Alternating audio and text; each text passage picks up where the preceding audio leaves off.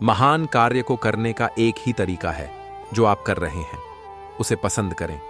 अगर तुम सूरज की तरह चमकना चाहते हो तो तुम्हें पहले सूरज की तरह जलना होगा। उस शिक्षा का क्या मोल जो हमारे अंदर गलत को सही करने का जुनून और निडरता पैदा न कर सके। ऐसा कोई भी इंसान मौजूद नहीं है जो उससे ज्यादा ना कर सके जितना कि वो सोचता है कि वो कर सकता है। साधारण लिखने वाले लोग यह दुनिया के सबसे अच्छे लोग होते हैं। यही वजह है कि भगवान ऐसे बहुत से लोगों का निर्माण करते हैं। कोई काम शुरू करने से पहले स्वयं से 3 प्रश्न कीजिए, मैं यह क्यों कर रहा हूं, इसके परिणाम क्या हो सकते हैं और क्या मैं सफल होगा।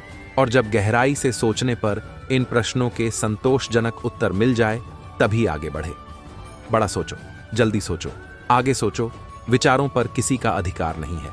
महान कार्य को करने का यही तरीका है कि आप उसे पसंद करें जो आप करना चाहते हैं। सपनों को सच करने से पहले सपनों को ध्यान से देखना होता है। पहले वह आप पर ध्यान नहीं देंगे, फिर वह आप पर हंसेंगे, फिर वह आपसे लड़ेंगे और तब आप दिख जाएंगे। एक अच्छा दिमाग और एक अच्छा दिल हमेशा से विजयी जोड़ी रहे हैं। एक सफल व्यक्ति वह है जो औरों द्वारा अपने ऊपर फेंके गए ईंटों से एक मजबूत नहीं बना सके। शिक्षा समृद्धि में एक आभूषण है और प्रतिकूलता में शरण है। शिक्षा एक आंख नहीं बल्कि एक आंख की रोशनी भर रही है। पहली पंक्ति लिखी विधि ने जिस दिन कविता की, उस दिन पहला वृक्ष स्वयं उत्पन्न हो गया। प्रथम काव्य है वृक्ष विश्व के पहले कवि का। द्रुमों को प्यार करता हूं। प्रकृति के पुत्र ये मां पर सभी कुछ छोड़ देते हैं, न अपनी ओर से कुछ भी कभी कहते। प्रकृति जिस भांति रखना चाहती उस भांति ये रहते। एक नदी की बात सुनी, एक शायर से पूछ रही थी, रोज किनारे दोनों हाथ पकड़कर मेरे सीधी राह चलाते हैं। रोज ही तो मैं नाव भरकर पीठ पे लेकर कितने लोग हैं पार उतार कर आती हूं। रोज मेरे सीने पे लहरें नाबालिग बच्चों के जैसे कुछ कुछ लिखी रहती हैं। क्या ऐसा हो सकता है जब कुछ भी ना हो, कुछ भी नहीं, और मैं अपनी तह से पीठ लगा के एक शब रुकी रहूं, बस ठहरी रहूं और कुछ भी ना हो। जैसे कविता कह लेने के बाद पड़ी रह जाती है, मैं पड़ी रहूं। अगर धीरे चलो वह तुम्हें छू लेगी, दौड़ो तो छूट जाएगी। नदी अगर ले लो साथ, वह चलती चली जाएगी कहीं भी। यहां तक कि कबाड़ी की दुकान तक भी छोड़ दो तो वही अंधेरे में करोड़ों तारों की आंख बचाकर वह चुपके से रच लेगी। एक समूची दुनिया एक छोटे से घोंघे में सच्चाई यह है कि तुम कहीं भी रहो, तुम्हें वर्ष के सबसे कठिन दिनों में भी प्यार करती है। एक नदी जो इस समय नहीं है, इस घर में पर होगी जरूर, कहीं न कहीं किसी चटाई या फूलदान के नीचे चुपचाप बहती हुई कभी सुनना। जब सारा शहर सो जाए तो किवाड़ों पर कान लगा धीरे धीरे सुनना। कहीं आस एक जंगल के पास लगे कंटीले तार के बाध्ये में एक बंदर का पैर फंस गया था। दर्द के कारण बंदर जोर जोर से चीख रहा था, लेकिन उसकी आवाज उस सुनसान इलाके में कोई नहीं सुन रहा था। बंदर का पैर लहूलुहान हो चुका था। बंदर ने सब कोशिश कर ली, लेकिन वह वहां से किसी भी तरह से बाहर नहीं आ पा रहा था। तभी वहां से होकर एक भला व्यक्ति निकला। उसने बंदर को आजाद करने के मनसा से उसके पास गया, लेकिन बंदर ने उसे अपना शत्रु समझकर उसे काट लिया। यह व्यक्ति घायल अवस्था में एक बार फिर से उसे छुड़ाना चाहा, लेकिन बंदर ने वहां फंसे फंसे ही उस व्यक्ति पर दूसरे पंजे से प्रहार कर दिया और उस भले व्यक्ति को नखोट लिया। व्यक्ति ने बंदर को उसी के हाल पर छोड़ ढकर अपने रास्ते चला गया। दूसरे दिन वह व्यक्ति उसी रास्ते से होकर गुजरा तो देखा कि वो बंदर उसी कंटीले बाध्ये में मरा हुआ पड्ढा है। कहानी से सीख, परमेश्वर भी इस संसार में पाप में फंसे लोगों को उनके पापों से बचाना चाहता है, लेकिन बहुत से लोग उसके पास ही नहीं आना चाहते, बल्कि जो लोग परमेश्वर के कामों में लगे हुए हैं उन्हें भी नुकसान पहुंचाते हैं। प्रभु कहता है, तुम मेरे पास आओ तो मैं तुम्हारे पास आऊंगा। याकूब 4:8। एक बार की बात है, एक गांव में कई वर्षों तक बारिश न होने के कारण सूखा पड़ डा और वहां अकाल के जैसे परिस्थिति हो गई। सभी गांव के लोगों ने निर्णय लिया कि वे इस गांव को छोड़ कर कहीं दूसरे स्थान में जाएंगे जहां नदी या पानी की सुविधा हो। इस प्रकार सबने एक विचार करके अपना सारा सामान और जानवरों को लेकर उस गांव से पलायन कर दिए। कई दिनों की यात्रा में वे लोग बहुत थक चुके थे और एक दूसरे को बुरा भला कहकर कोस भी रहे थे। उन सभी को एक अंधेरी लंबी गुफा से होकर गुजरना पड़ रहा। उस अंधेरे में बहुत से लोगों के पैरों में नुकीले नुकीले पत्थर चुभ रहे थे। कई लोग परमेश्वर को बुरा भला कह रहे थे। कुछ लोग अंधेरे में ही अपने घावों में पट्टी बंधने लगे। लेकिन कुछ और भी लोग थे जिन्हें पत्थर चुभने पर उन्होंने सोचा ये पीछे आने वाले लोगों को न चुभ जाएं। इसीलिए उन्होंने जितने भी पत्थर चुभते उन सभी पत्थर को अपनी कपडढ़े की पोटली में बांधते जाते, और इस रीति से उन्होंने बहुत से पत्थरों को अपनी पोटली में बांध लिया था।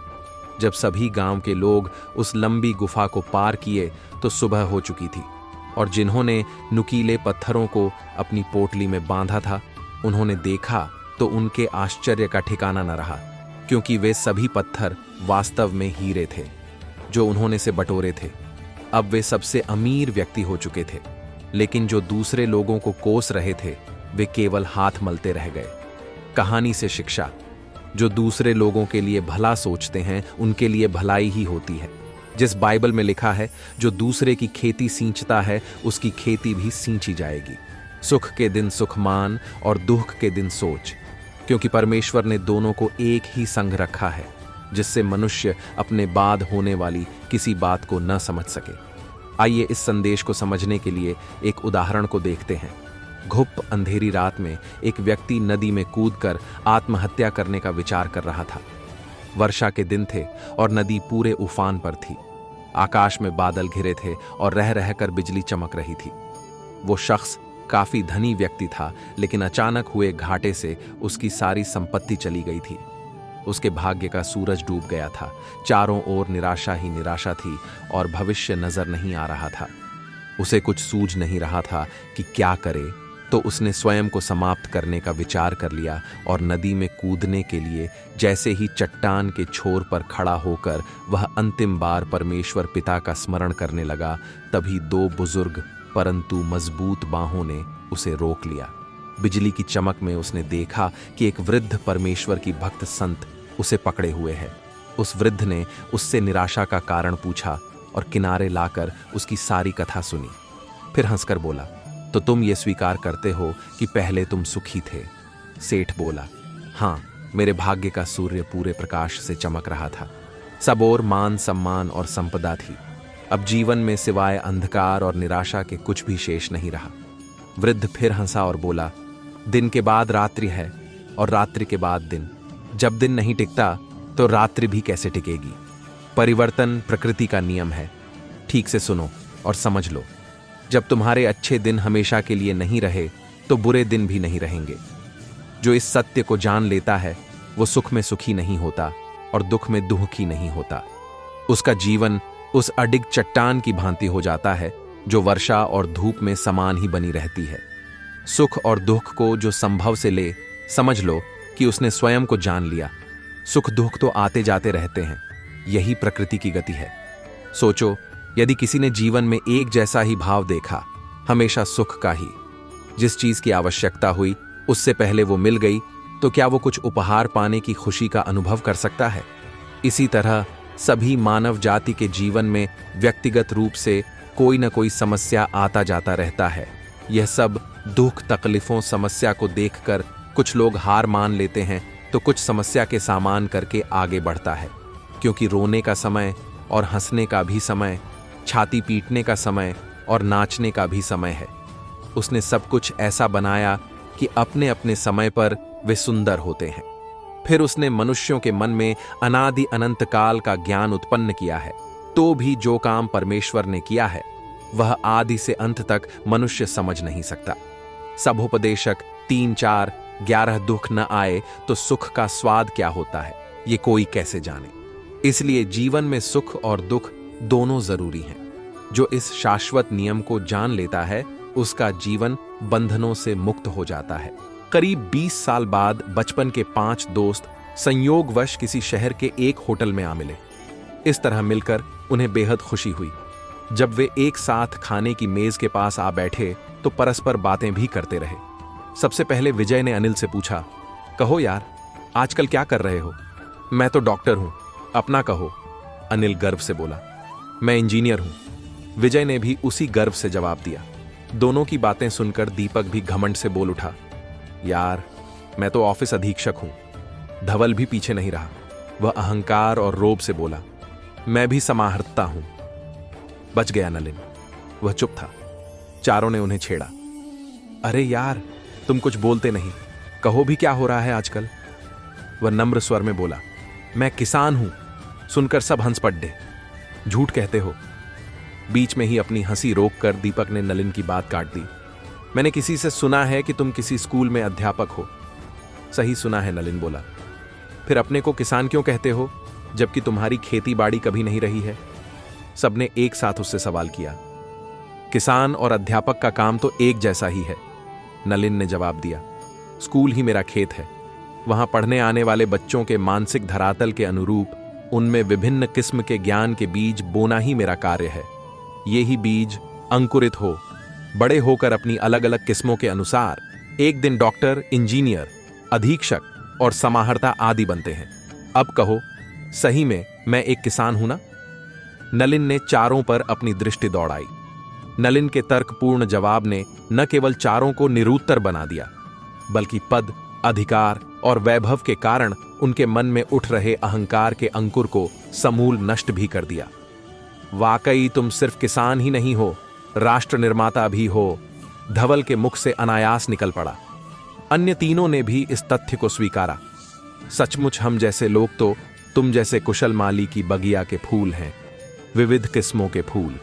कहानी से सीख, सच्चा महत्व पद और प्रतिष्ठा में नहीं, बल्कि उस कार्य में निहित होता है जो समाज को लाभ पहुंचाता है। नलिन की कहानी हमें यह सिखाती है कि हर पेशे की अपनी एक महत्वपूर्ण भूमिका होती है और हमें अपने कार्य के मूल्य को समझकर अहंकार से दूर रहना चाहिए। एक समय की बात है, रोहित नाम का बनिया रहता था। पैसे के लिए उसने परदेश जाने का विचार किया। उसके घर में कोई खास संपत्ति तो थी नहीं, केवल एक मन भर भारी लोहे की तराजू थी। उसे एक महाजन के पास धरोहर रखकर वह विदेश चला गया। विदेश से वापस आने के बाद उसने महाजन से अपनी धरोहर वापस मांगी। महाजन ने कहा, वह लोहे की तराजू तो चूहों ने खा ली। पूरे गांव में राम प्रताप के नाम का डंका बजता था। वह उस गांव का जाना माना सेठ था। रोशन लाल उनका इकलौता बेटा था। उन्होंने अपने पुत्र का नाम रोशन रखा था, क्योंकि वे चाहते थे कि बद्धा होकर वह उनका नाम रोशन करे। पूरे गांव में राम प्रताप के नाम का डंका बजता था। वह उस गांव का जाना माना सेठ था। रोशन लाल उनका इकलौता बेटा था। उन्होंने अपने पुत्र का नाम रोशन रखा था, क्योंकि वे चाहते थे कि बद्धा होकर वह उनका नाम रोशन करे। जब रोशन लाल ने अपनी विद्यालय की शिक्षा पूरी कर ली तो सेठ जी ने उससे कहा, बेटा मैं चाहता हूं कि तुम एक अच्छे डायरेक्टर बनकर दीन दुखियों की सेवा करो। जैसी आपकी इच्छा पिताजी। रोशन लाल ने पिता की इच्छानुसार डॉक्टरी में प्रवेश ले लिया। साल भर बाद ही वह अपनी पढ़ाई छोड़ दाच कर आ गया और बोला, पिताजी मैं डायरेक्टर नहीं, इंजीनियर बनना चाहता हूं। इंजीनियर बनकर मैं एक बद्धा सा कारखाना खोलूंगा और इससे बहुत बेरोजगार युवकों को काम मिल जाएगा। सेठ भी पुत्र की बात से सहमत हो गए और उसने इंजीनियरिंग में प्रवेश ले लिया। साल भर बाद वह फिर घर लौट आया और बोला, पिताजी मैं तो एक आदर्श शिक्षक बनना चाहता हूं। शिक्षक बनकर मैं विद्यार्थियों में सद्गुणों का विकास कर पाऊंगा। इस बार पिता पुत्र की बात सुनकर चुप हो गए और अपने मन ही मन उन्होंने कुछ निश्चय किया। अगले दिन वे उसे एक खेत में ले गए। रोशन ने देखा कि उस खेत में 50-50 हाथ गहरे 4 गड्ढे खुदे हुए थे। इन चारों गड्ढों से कुछ ही दूरी पर खेत का मालिक 5वां गड्ढा भी खुदवा रहा था। पिताजी इस खेत में इतने गड्ढे क्यों खुदवाए जा रहे हैं?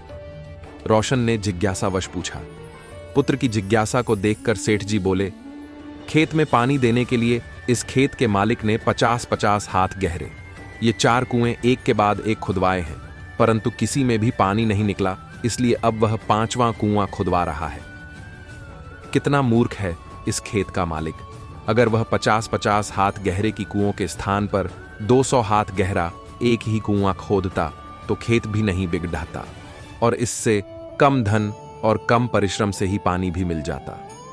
बिल्कुल ठीक सोचा तुमने पुत्र। जो व्यक्ति अपने लक्ष्य को बार बार बदला करते हैं अंत में वे थाली के बैंगन के समान इधर उधर लुढ़का करते हैं। वे कभी अपने लक्ष्य की प्राप्ति नहीं कर पाते। अंत तक वे खाली हाथ ही भटका करते हैं। सेठ ने पुत्र की बात का समर्थन करते हुए कहा। अगले दिन जब सेठ जी सोकर उठे तो उन्होंने देखा कि रोशन लाल शहर जाने के लिए तैयार था। तभी वह उनके पास आया और बोला, पिताजी, मैं आज ही कॉलेज जा रहा हूं। मुझे आशीर्वाद दीजिए कि मैं एक सफल इंजीनियर अपने तनाव को पहचानूं। आज हम उस दौर में जी रहे हैं जिस दौर में बहुत से लोग तनाव की तरफ जा रहे हैं, और इस तनाव का सबसे बड़ा कारण है कि हम खुद की भावनाओं को किसी के सामने व्यक्त नहीं करते। इसी कारण हमारा तनाव और बढ़ जाता है। इस कहानी के माध्यम से हम समझेंगे कि अपने तनाव को पहचानना और उसे दूर करना हमारे लिए कितना जरूरी है। शुरू करते हैं आज की कहानी, अकेलापन और उदासी। धीरे धीरे सभी लोग उसकी जिंदगी से जाते रहे और वह अकेला सा पड़ गया। अब उसका काम से भी मन हटने लगा। वह जितना भी काम करता ऐसा लगता कि उसके लिए एक मजबूरी है। वह बहुत कुछ सीखना चाहता था, लेकिन उसके अंदर हिम्मत ही नहीं थी कुछ नया सीखने की। उसे गाने सुनना बहुत पसंद था, लेकिन धीरे धीरे उसका यह शौक भी कम हो गया। उसे चारों तरफ निराशा दिखती थी। दुनिया की कोई भी चीज उसे उत्साहित नहीं कर पा रही थी। लेकिन सबसे खतरनाक बात तो यह थी कि यह सब उसको नॉर्मल लग रहा था। उसे लग रहा था, मैं नॉर्मली ही ऐसा हूं, लेकिन असल में वह तनाव में था, और ऐसा तनाव जो आसपास वालों को दिखाई नहीं दे रहा था। मामा की चिंता। अमन के मामा उससे बहुत प्यार करते थे, लेकिन बड़े होते ही दोनों में एक अंतर आ चुका था। कई साल बाद जब उसके मामा उससे मिले, तब उन्होंने यह महसूस किया कि अमन तो बहुत निराशा में रहता है, और इसका हमेशा निराशा में रहना कोई नॉर्मल बात तो नहीं हो सकती। इसलिए उन्होंने सोचा कि क्यों ना मैं इस विषय में अमन से बात करूं। मामा और अमन की बातचीत। मामा अमन के पास पहुंचे और बोले, अमन, क्या हुआ? आजकल निराश रहने लगे हो? ज्यादा मुझसे बातचीत भी नहीं करते। बचपन में तो कितना बात किया करते थे। अमन बोला, मामा, वह तो बचपन की बात थी। बड़े होते होते इंसान का स्वभाव बदलता है। मेरा स्वभाव अब चुप रहने का हो गया है। मामा बोले, क्या तुम्हारी चुप्पी में शांति है? अमन बोला, नहीं, शांति तो बिल्कुल नहीं है, पर अब कोई काम करने का मन नहीं करता, किसी से बातचीत करने का भी मन नहीं करता। अब मैं ऐसा ही हो गया हूं। मामा बोले, यह तो बड़ी गंभीर बात है। अमन, तुम इसे इतनी आसानी से कैसे कह रहे हो? अमन बोला, बात क्या गंभीर है? जिंदगी इतनी गंभीर है तो मुझे ऐसा तो बनना ही था। मामा की सलाह। मामा बोले, पर ऐसे कैसे हो सकता है कि तुम हर वक्त ही निराश रहते हो? हर वक्त कोई निराश नहीं रह सकता। अमन बोला, मैं तो कई सालों से निराश हूं। जो कुछ भी जीवन में घटता है कभी किसी को नहीं बताता। बताने का मन ही नहीं करता। बताने का फायदा भी क्या है? मामा बोले, अमन, एक बात कहूं, अगर तुम बुरा ना मानो तो। अमन बोला, हां, कहिए। मामा बोले, मैं एक अच्छे डॉक्टर को जानता हूं, तुम उन्हें दिखा लो। मुझे लगता है तुम्हें डिप्रेशन हो गया है। अमन बोला, यह आप कैसी बात कर रहे हो? मैं बीमार थोड़ी ही हूं जो डॉक्टर को दिखा लूं। निराशा तो मेरे लिए सामान्य बात है। मामा बोले, देखो अमन, तुम अपनी निराशा को हल्के में मत लो। तुम बीमार नहीं हो, मुझे पता है, लेकिन कुछ बीमारियां मानसिक भी होती हैं। तुम मेरी बात मानो, तुम डॉक्टर के पास चलो। मामा के बहुत समझाने के बाद अमन उनके साथ डॉक्टर के पास पहुंचा। अमन और डॉक्टर की बातचीत एक खाली कमरा था, जिसमें 2 कुर्सियां लगी हुई थीं। एक तरफ अमन बैठा और दूसरी तरफ डॉक्टर। डॉक्टर बोले, अमन, तुम्हें घबराने की कोई जरूरत नहीं है। मैं तुमसे जो कुछ भी पूछूंगा तुम साफ साफ बताना। अमन बोला, जी बिल्कुल, मैं ठीक हूं, तो मुझे घबराने की वैसे भी जरूरत नहीं है। डॉक्टर बोले, अमन, ये बताओ, तुम्हारे जीवन में कुछ तनाव है? तनाव की पहचान। अमन बोला, मैं इसे तनाव तो नहीं कह सकता, पर मैं हमेशा निराश रहता हूं। पता नहीं क्यों मेरा मन नहीं लगता किसी भी काम को करने में। मेरा बिल्कुल मन नहीं लगता कि मैं किसी से मिलूं या बात करूं। मुझे बस अकेले रहना अच्छा लगता है। अकेले में भी मैं बहुत परेशान रहता हूं, लेकिन उसके बाद भी मैं अकेले रहता हूं। डॉक्टर बोले, अमन, तुम्हें तनाव है। सबसे पहले इस बात को मानो, गहरी निराशा तनाव का एक कारण होता है। जिसे यह निराशा लग जाती है। फिर वह अपने जीवन से ऊबने लगता है। तुम भी अपने जीवन से ऊब गए हो। तुम्हें जिंदगी में कुछ ऐसा नहीं मिला जो तुमने चाहा था, या फिर तुम एफर्ट करते करते थक गए हो और इस थकान के कारण ऐसी जिंदगी जी रहे हो। अमन बोला, डॉक्टर साहब, क्या सचमुच मुझे तनाव है? डॉक्टर बोले, हाँ अमन, तुम्हें तनाव है, पर घबराने की कोई बात नहीं है। सबसे पहले तो अपनी बातों को दूसरों से शेयर करना सीखो, अपने मन में मत रखो और लोगों से मिलना जुलना सीखो। अपने आप को किसी काम में इन्वॉल्व करो। इन्हीं चीज़ों से तुम अपना तनाव कम कर पाओगे। बाकी अगर दवाइयों की ज़रूरत होगी तो मैं तुम्हें वो दूंगा। अमन बोला, हाँ डॉक्टर साहब, आप ठीक ही कह रहे हो। मुझे खुद को बदलना चाहिए। मैं खुद को बदल नहीं पाता, इसलिए तनाव में रहता हूँ। जीवन के 4-5 साल ऐसे ही निराशा में गुजरे हैं। ऐसा लगता है जैसे सब कुछ खत्म हो चुका है और मेरे लिए अब कुछ बचा ही नहीं। लेकिन आज आपने मुझे समझा दिया है। मैं आज से ही कोशिश करूंगा कि खुद को बाहरी दुनिया में इन्वॉल्व कर पाऊं। अमन ने डॉक्टर की सलाह मानी और धीरे धीरे से तनाव से बाहर निकलना शुरू किया। यह कहानी हमें यह बताती है, जो भी हमारे भीतर हो रहा है उसे पहचानना बहुत जरूरी है। कभी कभी ऐसा होता है कि हम लंबे वक्त से तनाव में होते हैं, लेकिन हमें यह सामान्य लगता है। इसलिए इन बातों को सामान्य ना माने, लोगों से इस बारे में बात करें और अपनी मदद करें। एक बार एक गांव में राघव नाम का व्यक्ति रहता था। उसके पिताजी का गांव में बहुत बड़ा कारखाना था, जहां पर आधे से ज्यादा गांव नौकरी करता था। राघव के पिताजी के कारखाने से ही आधे से ज्यादा गांव वालों के घर का चूल्हा बलता था। जैसे जैसे राघव बड़ा हो रहा था, उसके पिताजी का व्यापार और भी ज्यादा बढ़ रहा था। अब पहले से भी ज्यादा लोग कारखाने में काम करने लगे थे। छोटे बड़े सभी राघव के पिताजी का बड़ा आदर सम्मान करते थे और राघव के पिताजी भी छोटों से प्यार और बड़ों का आदर सम्मान करते थे। उन्हें पैसे का बिल्कुल भी गुमान नहीं था। जब भी उनके घर पर कोई बुजुर्ग उनसे से मिलने आता है तो राघव के पिताजी हमेशा मुस्कुराकर उनसे मिलते और उनके पांव भी छूते थे। लेकिन राघव को यह बात अच्छी नहीं लगती थी। उसे लगता था कि उसके पिताजी तो इतने बड़े व्यापारी हैं और यह सब गांव वाले उनके कारखाने में काम करते हैं, लेकिन फिर भी पिताजी उन लोगों के पांव छूते हैं, जबकि उन लोगों को पिताजी के पांव छूने चाहिए जिनकी वजह से उनका घर का खर्च चलता है। समय बीतता गया और राघव जवान हो गया। अब राघव की शादी भी हो गई और राघव ने कामकाज की भाग दौड़ भी अपने हाथ में ले ली। राघव जब भी कारखाने में जाता, लोगों पर चिल्लाता रहता था। वह न किसी छोटे को देखता है और न किसी बड़े की उम्र का लिहाज करता था। बस उन पर चिल्लाता रहता था और बदतमीजी से बात करता था। राघव के पिताजी भी अब बूढ़े हो गए थे और धीरे धीरे राघव का व्यवहार अपने पिताजी के लिए भी बुरा होता जा रहा था। राघव अपने पिताजी का भी आदर सम्मान नहीं करता था। एक दिन राघव के पिताजी बीमार हो गए, लेकिन राघव ने अपने पिताजी की बिगड़ी हुई हालत पर ज्यादा ध्यान नहीं दिया और उनकी हालत दिन भर दिन बिगड़ती ही गई। अब राघव के पिताजी की हालत इतनी ज्यादा खराब हो गई थी कि वह चल फिर भी नहीं पाते थे। वह सारा दिन अपने कमरे में बिस्तर पर लेटे रहते थे। फिर एक दिन राघव के पिताजी का देहांत हो गया। राघव धन दौलत में कमाने में इतना ज्यादा व्यस्त हो गया था कि वह अपने से छोटों को प्यार और बड़ों का सम्मान करना बिल्कुल भूल ही गया था। उसे लगता था कि अगर उसके पास पैसा है तो उसके पास सब कुछ है, जिसकी वजह से सभी उसका आदर सम्मान करते हैं। फिर कुछ सालों के बाद राघव के घर पर एक लड़के का जन्म हुआ, जिसका नाम उसने रवि रखा। राघव ने अपने बच्चे का बड़े प्यार के साथ पालन पोषण किया और अच्छे शहर के बड़े स्कूल में पढ़ाया। अब रवि भी बड़ा हो गया और वह पढ़ाई पूरी करके वापस अपने घर आ गया। अब रवि ने अपने कारोबार की भागदौड़ को संभालना शुरू कर दिया। अब राघव की उम्र भी काफी ज्यादा हो गई थी और वह बूढ़ा होने लगा था। अब रवि ने सारा काम अपने हाथ में संभाल लिया था।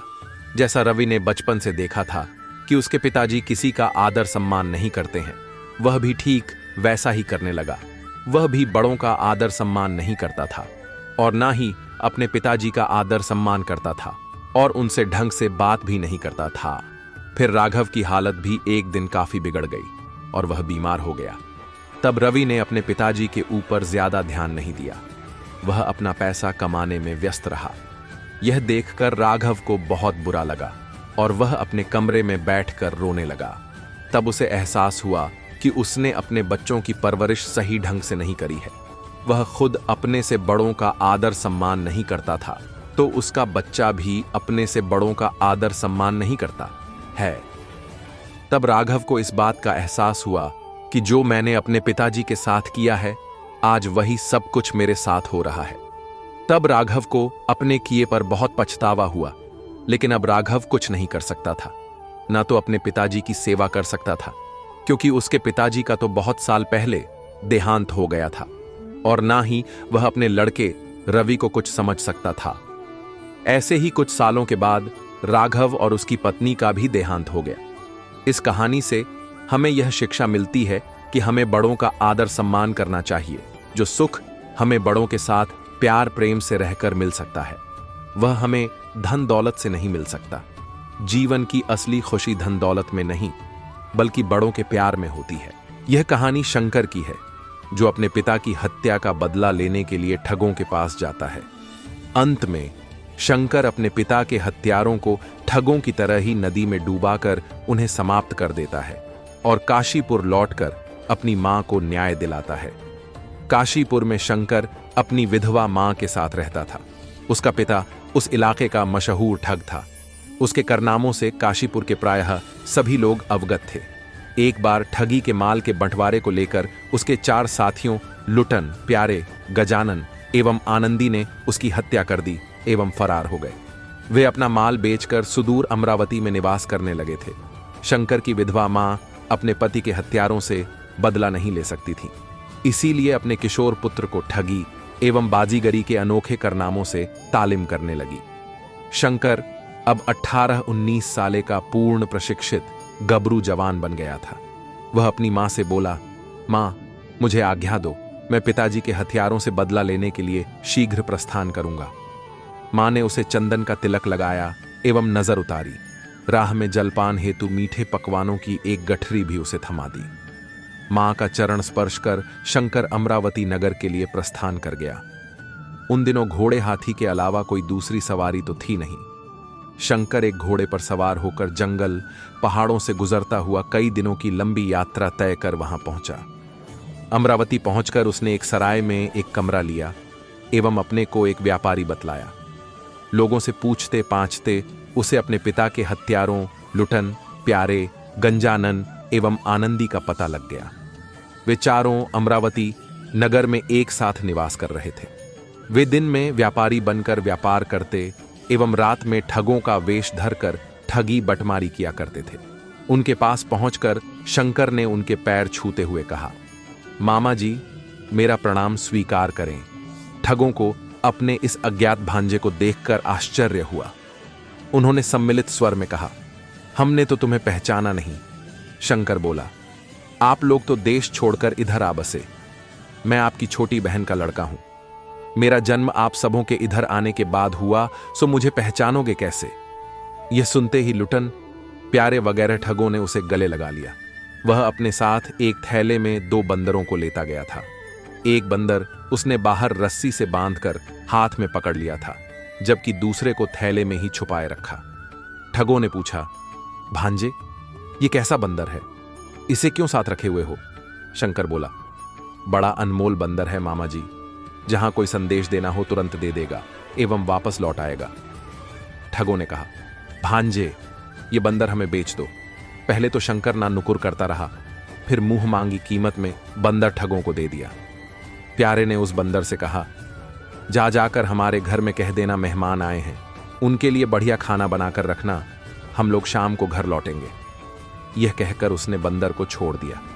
वह बंदर भला उनके घर क्यों जाता, वह तो सीधे मुक्त होकर जंगल की ओर भाग गया। कुछ देर बाद शंकर ने ठगों से निगाह बचाकर दूसरा बंदर थैले से निकाल दिया एवं बोला, लो मामा जी, तुम्हारा दूत संदेश देकर लौट आया है, इसे पकड़ो। शाम को जब चारों शंकर के साथ घर लौटे, तब घर पर खाना नदारद था। ठगों ने अपनी पत्नियों को खूब फटकारा और कहा कि इस बंदर के द्वारा हमने संदेश नहीं भेजा था। पत्नियां बेचारी डर कर बोली, हो सकता है हम सब काम में व्यस्त थीं, इसकी बात ना समझ पाई हूं, हमें इस बार माफ कर दो। कुछ दिनों के बाद वे चारों शंकर के साथ नदी में मछली मारने के लिए गए।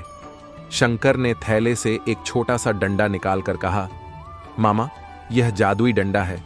यदि किसी कारण मैं बेहोश हो जाऊं तो मुझे इसे सूंघा देना, होश लौट आएगा। कुछ देर बाद वह बेहोशी का नाटक कर मूर्छित हो गया। ठग ने उसे काफी हिलाया डुलाया एवं पानी के छींटे मुंह के ऊपर मारे, पर वह तो नाटक किए हुए था, सो उठता कैसे? तब ठगों ने उसके बताए हुए डंडे को आजमाया। डंडा नाक से लगते ही वह उठकर बैठ गया। ठगों ने सोचा, यह तो सबसे कमाल की चीज है। उन्होंने फिर मुंह मांगी कीमत देकर वह डंडा खरीद लिया। इस बार फिर ठगों ने नदी किनारे से दूसरे बंदर को घर पर खाना बनाने का संदेश देकर भेजा। ये दूसरा बंदर भी उनके हाथ से छूटते ही जंगल की ओर भाग गया। शाम में जब पांचों घर पहुंचे तब भोजन फिर नदारद था। इस बार भूखे ठगों ने अपनी पत्नियों की अच्छी खासी ठुकाई की एवं उन्हें मार मार कर बेहोश कर दिया।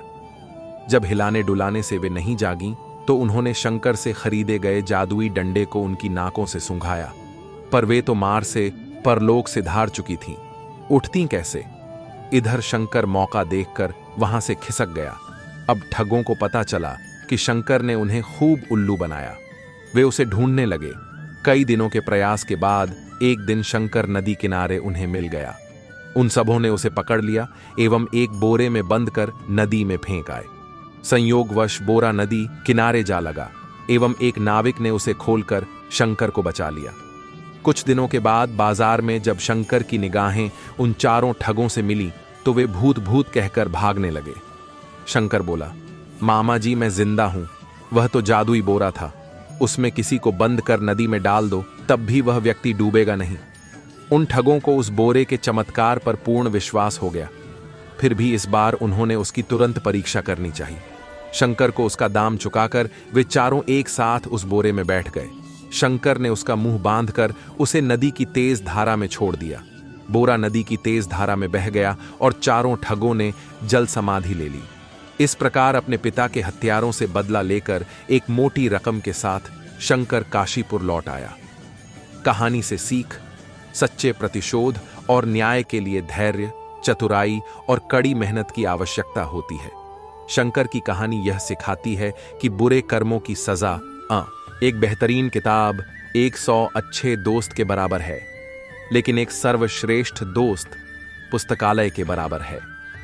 शिक्षा का उद्देश्य तथ्यों को सीखना नहीं होता है, बल्कि शिक्षा का मुख्य दिमाग को प्रशिक्षित करना होता है।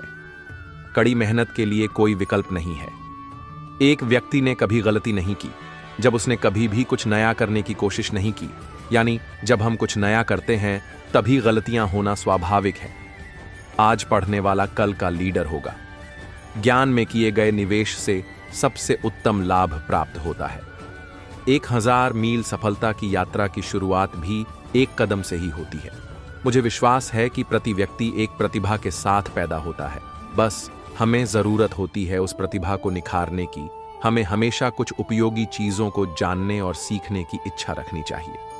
शिक्षा क्या है? जो तब तक याद रहता है जब तक उसे अपने जीवन में लागू करते हैं, नहीं तो वह सीख कर भुलाया गया एक पल है। भूतकाल से सीखते हुए वर्तमान में जिएं और भविष्य की आशा करना ही शिक्षा है।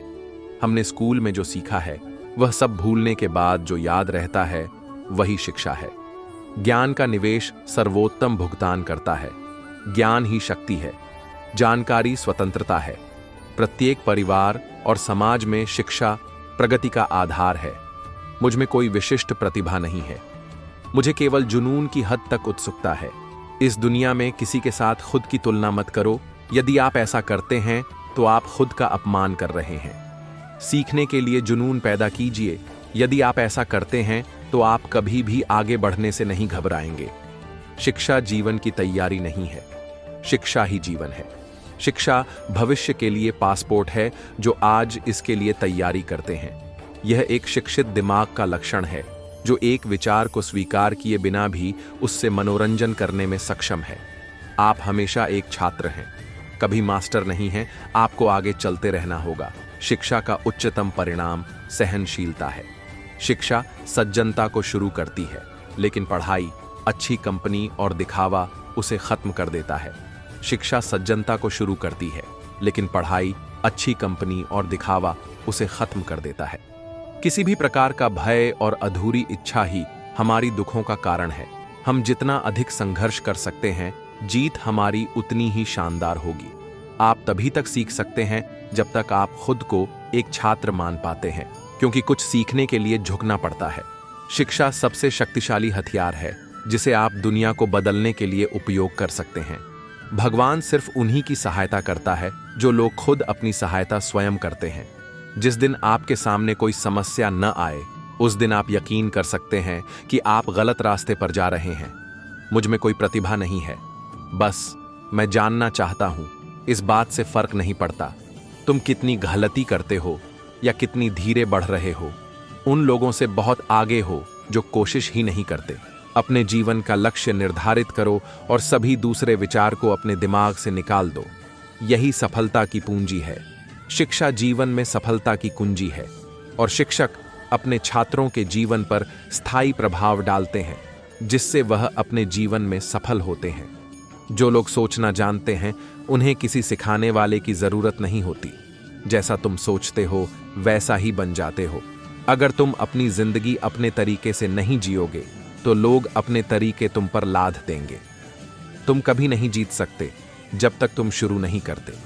शिक्षा का कार्य गहराई से और गंभीर रूप से सोचना सीखना है, बुद्धिमत्ता के साथ चरित्र। यही सच्ची शिक्षा का लक्ष्य है। शिक्षा जीवन की तैयारी नहीं है, शिक्षा ही जीवन है।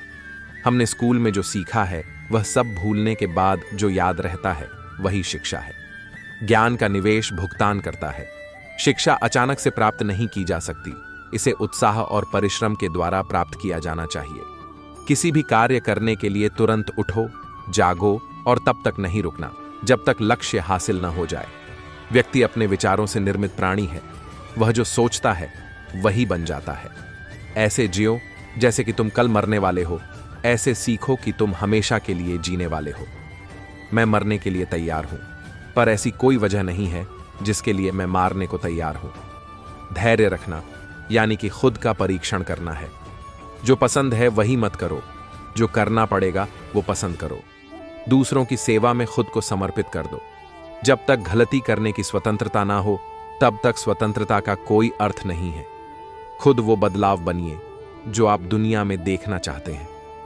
काम की अधिकता नहीं, अनियमितता आदमी को मार डालती है। खुद वो बदलाव बनिए जो आप दुनिया में देखना चाहते हैं। मेहनत सीढ़ियों की तरह होती है और भाग्य लिफ्ट की तरह। लिफ्ट तो किसी भी समय बंद हो सकती है, पर सीढ़ियां हमेशा ऊंचाई की ओर ही ले जाती हैं। एक सपना किसी चमत्कार से सच नहीं बनता है। यह पसीना, दृढ़ संकल्प और कड़ी मेहनत लेता है। ज्यादातर लोग अवसर गंवा देते हैं क्योंकि ये चौगा पहने हुए होता है और काम जैसा दिखता है। मौके अक्सर कड़ी मेहनत के पीछे छुपे हुए होते हैं, इसीलिए बहुत सारे लोग इन्हें पहचान नहीं पाते। श्रेष्ठ कार्यकर्ता वह है जिसका कार्य तो दिखे पर करता न दिखे। पुस्तकें वो साधन हैं जिनके माध्यम से हम विभिन्न संस्कृतियों के बीच पुल का निर्माण कर सकते हैं। देश के कुछ उज्ज्वल दिमाग कक्षा के अंतिम बेंच पर पाए जा सकते हैं। शिक्षा तथ्यों का अध्ययन नहीं है, बल्कि सोचने के लिए मन का प्रशिक्षण है। सफलता एक घटिया शिक्षक है। यह लोगों में यह सोच विकसित कर देता है कि वो असफल नहीं हो सकते। अगर कुछ करना व बनना चाहते हो तो सर्वप्रथम लक्ष्य को निर्धारित करें, वरना जीवन में उचित उपलब्धि नहीं कर पाएंगे। शिक्षा जीवन में सफलता की कुंजी है और शिक्षक अपने छात्रों के जीवन पर स्थायी प्रभाव डालते हैं, जिससे वह अपने जीवन में सफल होते हैं। सपना एक देखोगे, मुश्किलें हजार आएगी, लेकिन वो मंजर बड़ा खूबसूरत होगा जब कामयाबी शोर मचाएगी। जिस काम में सफल होने की संभावना ज्यादा हो उसको करने पर हम सफल होते हैं, लेकिन जिस काम में असफलता की संभावना ज्यादा हो उसको करने पर हम श्रेष्ठ होते हैं। न कोई कठिनाई न कोई तकलीफ, तो क्या मजा है जीने में। बड्ढे बड्ढे तूफान थम जाते हैं जब आग लगी हो सीने में। जिंदगी भी कुल्फी की तरह है, टेस्ट करो या वेस्ट करो। पिघल तो रही है इसलिए टेस्ट करना सीखो, वेस्ट तो वैसे भी हो रही है। समय इंसान को सफल नहीं बनाता, बल्कि समय का सही इस्तेमाल इंसान को सफल बनाता है। आपको अपने क्रोध के लिए दंड नहीं दिया जाता, जबकि आपको अपने क्रोध के द्वारा ही दंड दिया जाता है। भक्ति की डोरी दिखती तो नहीं, पर मजबूत इतनी होती है कि परमात्मा तक को बांध सकती है। बेहतर से बेहतर की तलाश करो, मिल जाए नदी तो समंदर की तलाश करो। टूट जाता है शीशा, पत्थर की चोट से टूट जाए पत्थर, ऐसा शीशा तलाश करो। ईश्वर का दिया हुआ कभी अल्प नहीं होता, जो टूट जाए वो संकल्प नहीं होता। हार को लक्ष्य दूर ही रखना, क्योंकि जीत का कोई विकल्प नहीं होता। जिंदगी संवारने को तो जिंदगी पड़ी है, वो लम्हा संवार लो जहां जिंदगी खड़ी है। जब हम बड़े हो जाते हैं तो हमें पेंसिल के बदले पेन दे दिया जाता है, क्योंकि हम समझ जाए कि अब हमारी गलतियों को मिटाना अब आसान नहीं है। अपनी तुलना दूसरों से ना करें, क्योंकि हर फल का स्वाद अलग अलग होता है। दर्द, गम, डर जो भी है बस तेरे अंदर है। खुद के बनाए पिंजरे से निकल के देख, तू भी एक सिकंदर है। जो मिला उसमें ही खुश रहता हूं। मेरी उंगलियां मुझे सिखाती हैं, दुनिया में एक समान कोई नहीं। अकेले ही तय करने होते हैं कुछ सफर। जिंदगी के हर सफर में हम सफर नहीं मिला करते। जब मेहनत करने के बाद भी सपने पूरे नहीं होते तो रास्ते बदलिए, सिद्धांत नहीं, क्योंकि पेड़ भी हमेशा पत्ते बदलता है, जड़ नहीं। सफलता की पोशाक कभी तैयार नहीं मिलती, इसे बनाने के लिए मेहनत का हुनर चाहिए। अगर आप कामयाब होना चाहते हो तो पहले अपनी कमजोरी ढूंढो, फिर उसको अपनी ताकत में बदलो।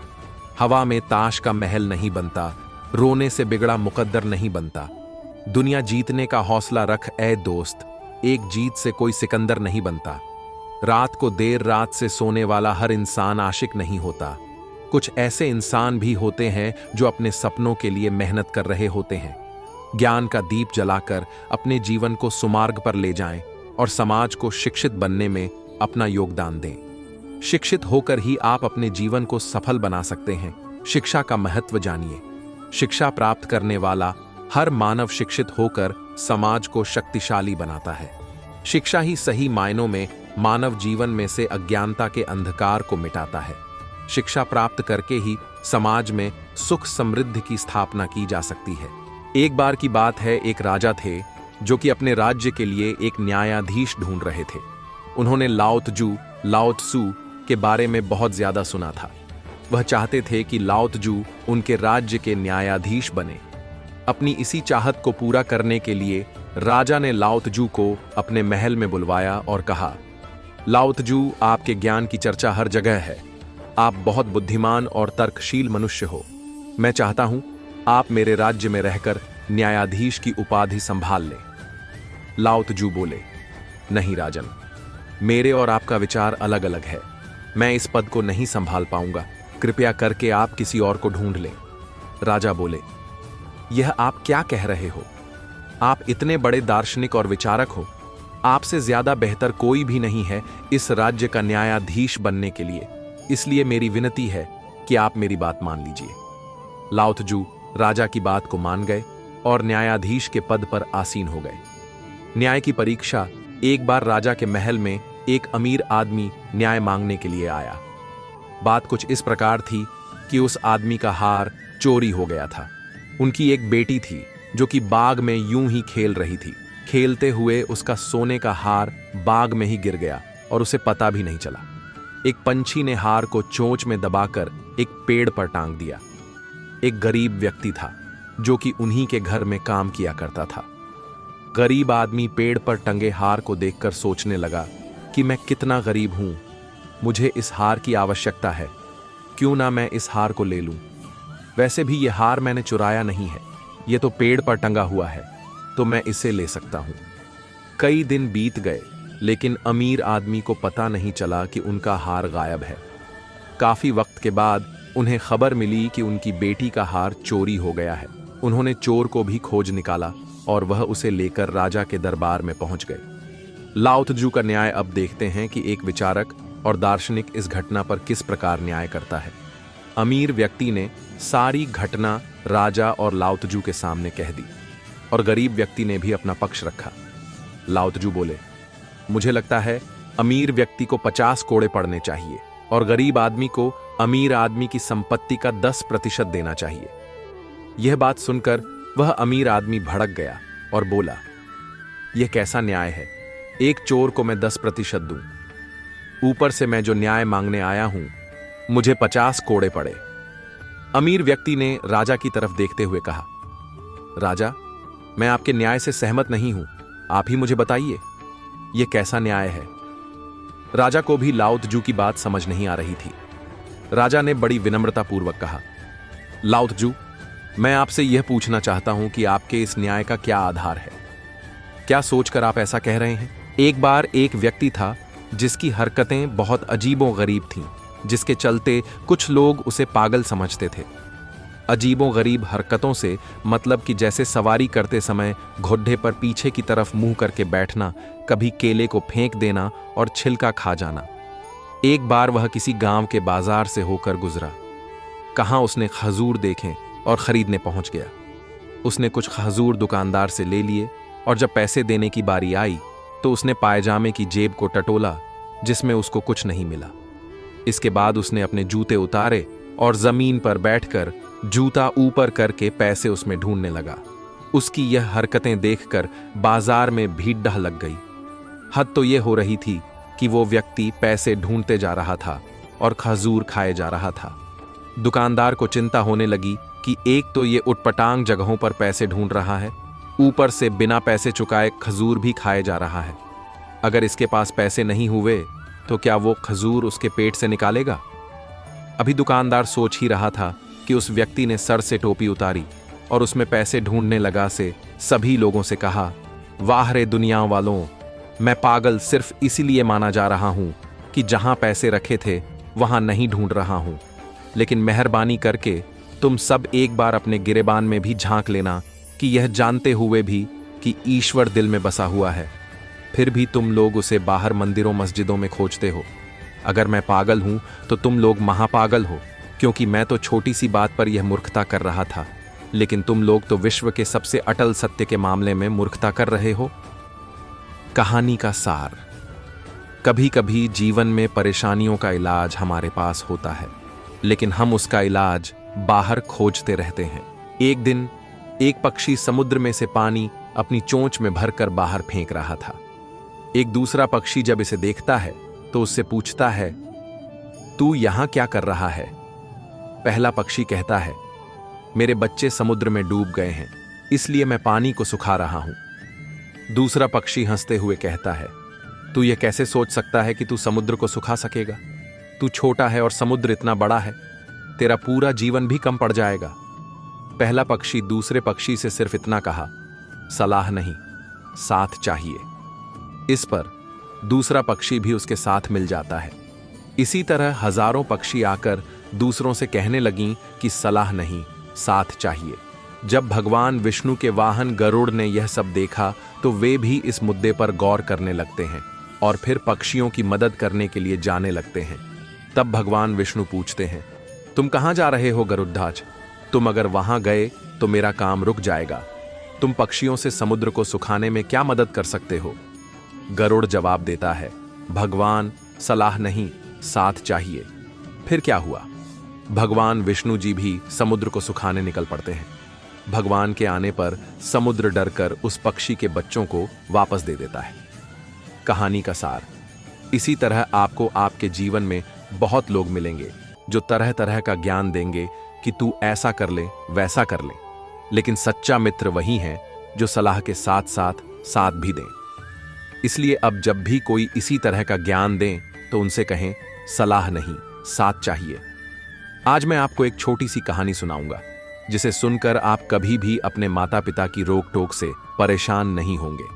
एक बार एक चिद्दियां अपना घोंसला बनाने के लिए अच्छी जगह तलाश कर रही थी। उड़ते उड़ते चिद्दियां एक जंगल में जा पहुंची। जंगल में उसने एक नदी के किनारे 2 पेड्ढा देखे। चिद्दियां उड़कर पेड्ढा के पास गई और पेड्ढा से बोली, क्या मैं आपके पेड्ढा पर घोंसला बना सकती हूं? पेड्ढा ने चिद्दियां को घोंसला बनाने के लिए मना कर दिया। इसके बाद चिद्दियां ने दूसरे पेड्ढा से पूछा, क्या मैं आपके पेड्ढा पर घोंसला बना सकती हूं? दूसरे पेड्ढा ने चिद्दियां को घोंसला बनाने की अनुमति दे दी। चिद्दियां ने बद्दी ही मेहनत से उस पेड़ की डाल पर सुंदर सा घोंसला बना दिया और उसमें रहने लगी। कुछ दिनों बाद चिद्दियां ने बच्चों को जन्म दिया। समय गुजरता गया। एक दिन नदी का पानी बढ़ने लगा, जिसके कारण जिस पेड्डच ने चिद्दियाओं को घोंसला बनाने के लिए मना किया था वह उखद्दा कर बहने लगा। यह देखकर चिद्दियान ने पेड्डा से कहा, जो किसी दूसरे की मदद नहीं करते हैं उनके साथ यही होना चाहिए। यह सुनकर पेड्डा ने बद्दी ही विनम्रता से चिद्दियां से कहा, ऐसा नहीं है कि मैंने अहंकार की वजह से तुम्हें मेरे ऊपर घोंसला बनाने के लिए मना किया था। दरअसल मेरी जड्ढे बहुत कमजोर थी और मैं नहीं चाहता था कि जैसे आज मैं बह रहा हूं वैसे तुम्हारे बच्चे भी पानी में बह जाए, इसलिए मैंने मना किया था। पेड्ड की बात सुनकर चिद्दियाओं को एहसास हुआ कि पेड्ड ने उसके भले के लिए घोंसला बनाने से मना किया था। तो दोस्तों, इस कहानी से यह शिक्षा मिलती है कि कभी भी जब आपको किसी चीज के लिए रोका या टोका जाए तो आपको समझना चाहिए कि उसके पीछे की वजह क्या है और साथ ही उसमें आपकी क्या भलाई छुपी है। कभी कभी हमें रात को कहीं जाना होता है और हमारे माता पिता हमें रात को बाहर जाने से रोकते हैं। वो ऐसा हमारी भलाई के लिए करते हैं, न कि रौब जमाने के लिए। किसी गांव में एक किसान रहता था। उसके पास एक बहुत बड़ा खेत था। वह दिन में खेती करता और रात को घर सोने के लिए आ जाता। जब खेती की फसल बद्धी हो गई तो फसल की रखवाली करने के लिए किसान खेत में ही खाट बिछाकर सोने लगा। उसी खेत में एक चूहे ने भी अपना एक बिल बना रखा था। जैसा कि खेत चारों तरफ से खुला रहता है, एक दिन खेत में छोटा सांप का बच्चा आ गया और वहीं रहने लगा। किसान को सांप के बारे में नहीं पता था कि वो उसके खेत में रहता है। एक दिन रात के समय चूहा सांप से बचते हुए भाग रहा था। किसान अपनी खाट पर पैर लटकाए बैठा था। वे दोनों किसान के पास से गुजरे तो सांप ने किसान के पैर पर काट लिया। जब किसान ने नीचे झुककर देखा तो उसे सिर्फ चूहा नजर आया।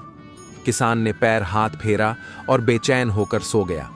वह सांप का बच्चा था, इसी वजह से सांप ज्यादा जहरीला नहीं था। किसान को कुछ नहीं हुआ और वह रोज की तरह काम करता और सो जाता। समय गुजरता रहा और देखते ही देखते कुछ महीने गुजर गए। एक दिन वापस किसान को रात के समय खेतों में रुकना पड़ा। जब किसान रात के समय खेतों में इधर उधर हो रहा था तब उस चूहे ने किसान के पैर पर काट लिया। किसान ने जब जल्दी से अपने आसपास देखा तो उसे अब की बार भागता हुआ वह सांप नजर आया, जो कि अब बद्दा हो चुका था। किसान ने जब उस सांप को देखा तो उसके होश ही उड़ गए। तुरंत उसके माथे पर पसीना आ गया और वह चक्कर खाकर गिर पड़ा। सवेरे तक वह खेत में पड़ा रहा।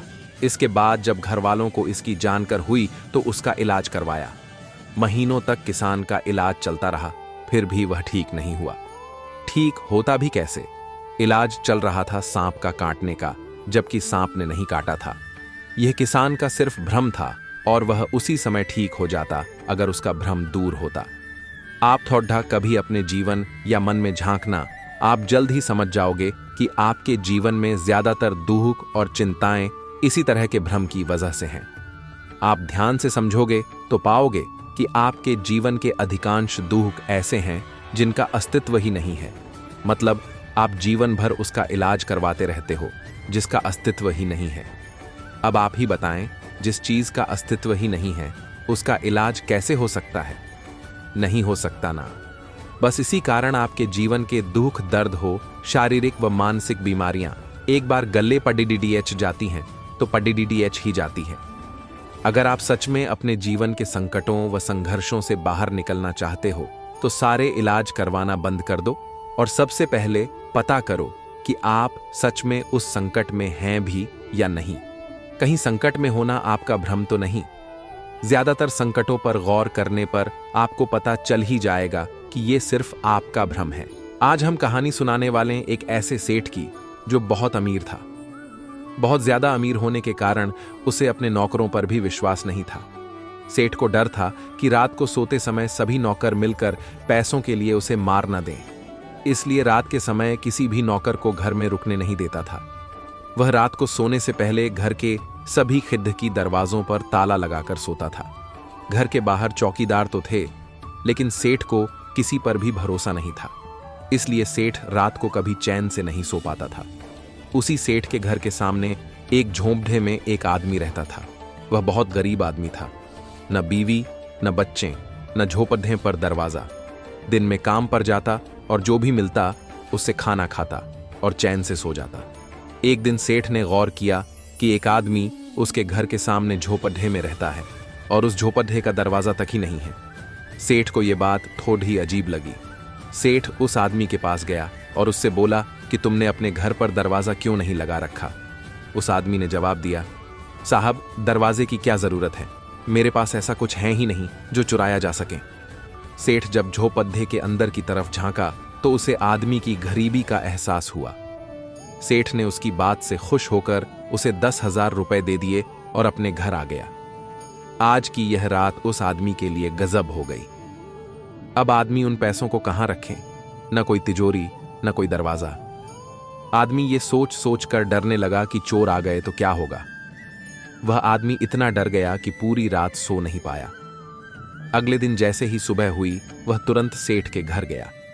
आदमी ने सेठ से कहा, ये पैसे क्या थे, आफत की बुद्धियां थी, इनके चक्कर में कल पूरी रात में सो नहीं सका, इन्हें आप ही रखें। मेरे मन में अक्सर यह सवाल उठता ही रहता है कि इंसान मेहनत से आगे बढ़ता है या भाग्य से। इसका जवाब मुझे एक कहानी के माध्यम से मिला। मेरी तरह किसी व्यक्ति ने दूसरे व्यक्ति से यही सवाल किया कि इंसान मेहनत से आगे बढ़ता है या भाग्य से। दूसरे ने उसको समझाते हुए पूछा, क्या आपके पास किसी बैंक में लॉकर है? उस लॉकर की चाबियां ही इस सवाल का जवाब है। पहले व्यक्ति ने पूछा, कैसे? दूसरे व्यक्ति ने कहा, देखो और समझो, बैंक के लॉकर की 2 चाबियां होती हैं। एक चाबी मैनेजर के पास होती है और एक चाबी आपके पास होती है। जब तक दोनों चाबी एक साथ एक समय पर नहीं लगती, लॉकर नहीं खुल सकता। इसी तरह आप मेहनत करने वाले इंसान हैं और मैनेजर भगवान। आपको अपनी चाबी लगाते रहनी चाहिए, क्योंकि पता पापा का फटा जूता। बहुत गरीब घर की कहानी है। एक बच्चा जो अपने पापा का पर्स चुरा लेता है और फिर उसमें कुछ ऐसा देखता है जिससे उसकी आंखें नाम हो जाती हैं। शुरू करते हैं। बड्ढे गुस्से से मैं घर से चला गया और मैं इतना गुस्सा था कि गलती से पापा के जूते पहन लिया और सोचा कि मैं आज घर छोड़ दीच दूंगा और तभी लौटूंगा जब बहुत बद्धा आदमी बन जाऊंगा। जब मोटरसाइकिल नहीं दिलवा सकते थे तो क्यों इंजीनियर बनाने के सपने देखते हैं। आज मैं साथ में पापा का पर्स भी उठा लाया था, जिसे किसी और को हाथ तक नहीं लगाने देते थे। और मुझे जाना ही था। घर छोड़ डच के जैसे ही कुछ दूर तक चला, पांवों में गिला गिला लगा। सड़क पर पानी बिखरा पड्ढा था। पांव उठा के देखा तो जूते का तला फटा हुआ था। जैसे तैसे करके बस स्टॉप तक पहुंचा, पता चला 1 घंटे तक कोई बस नहीं है। मैंने सोचा क्यों ना पर्स को खोल के देखा जाए।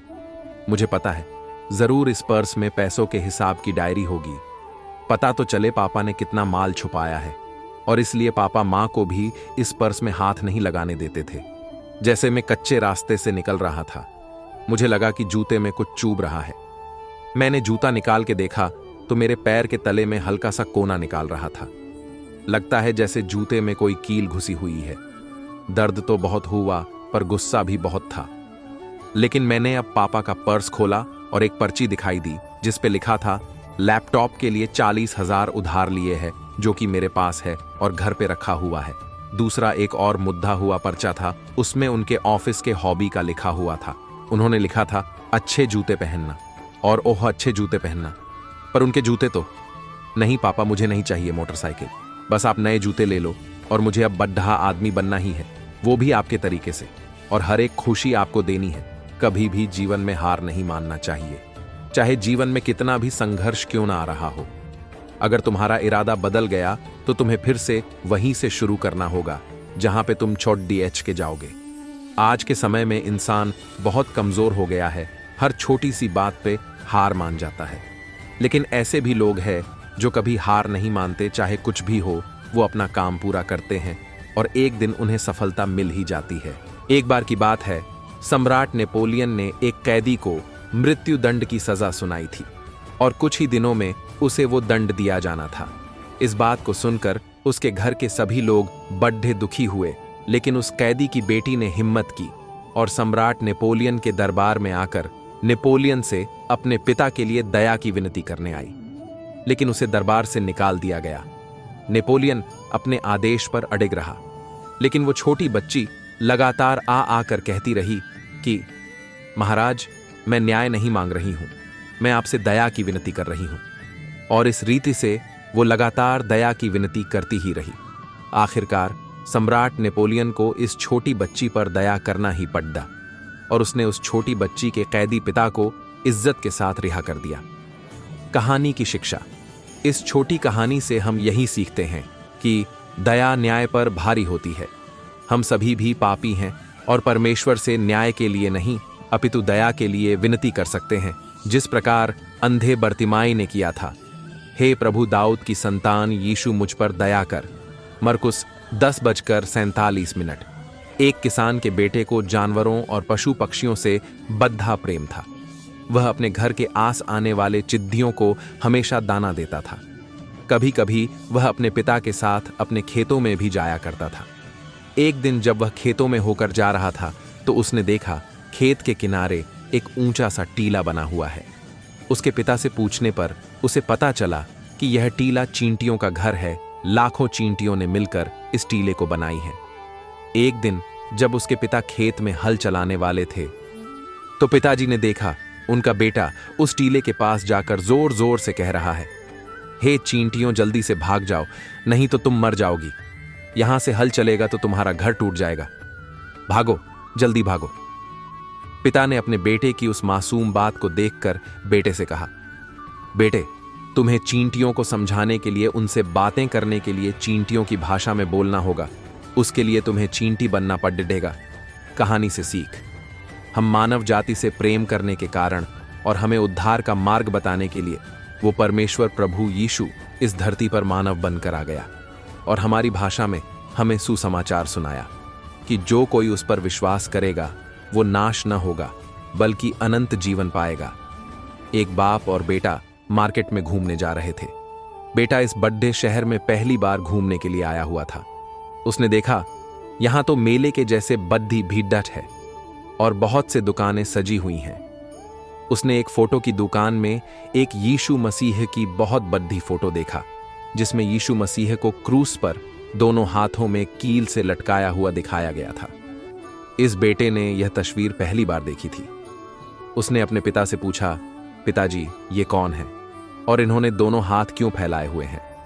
पिताजी ने थोड़ा कुछ कभी यीशु मसीह के विषय में सुन रखा था, इसलिए अपने बेटे को समझाते हुए बोले, बेटा, ये परमेश्वर के पुत्र यीशु मसीह हैं। और जब हम सभी मानव जाति ने उनसे पूछा कि आप हमसे कितना प्यार करते हो, तब यीशु मसीह ने अपने दोनों हाथों को फैलाकर बताया, इतना, और उस क्रूस पर हम सभी के लिए प्राण त्याग दिए। कहानी से सीख। हाँ, यीशु मसीह ने अपने आप को हमारे पापों के बदले हमारी खातिर उस क्रूस पर दर्दनाक मृत्यु सहकर दिखाया कि वो हमसे इतना प्यार करता है। अगर आपको परमेश्वर प्रभु यीशु मसीह पर भरोसा है तो विश्वास के प्रार्थना के साथ यह 3 काम जरूर करें, तो कोई आपका आनंद शांति को चुरा नहीं सकता है। अपना बोझ यहोवा परमेश्वर पर डाल दो। अपना बोझ यहोवा पर डाल दे, वह तुझे संभालेगा। वह धर्मी को कभी टलने न देगा। पहला पत्र यूहन्ना को 5:7 भज 37:24। भजन संहिता 55:22।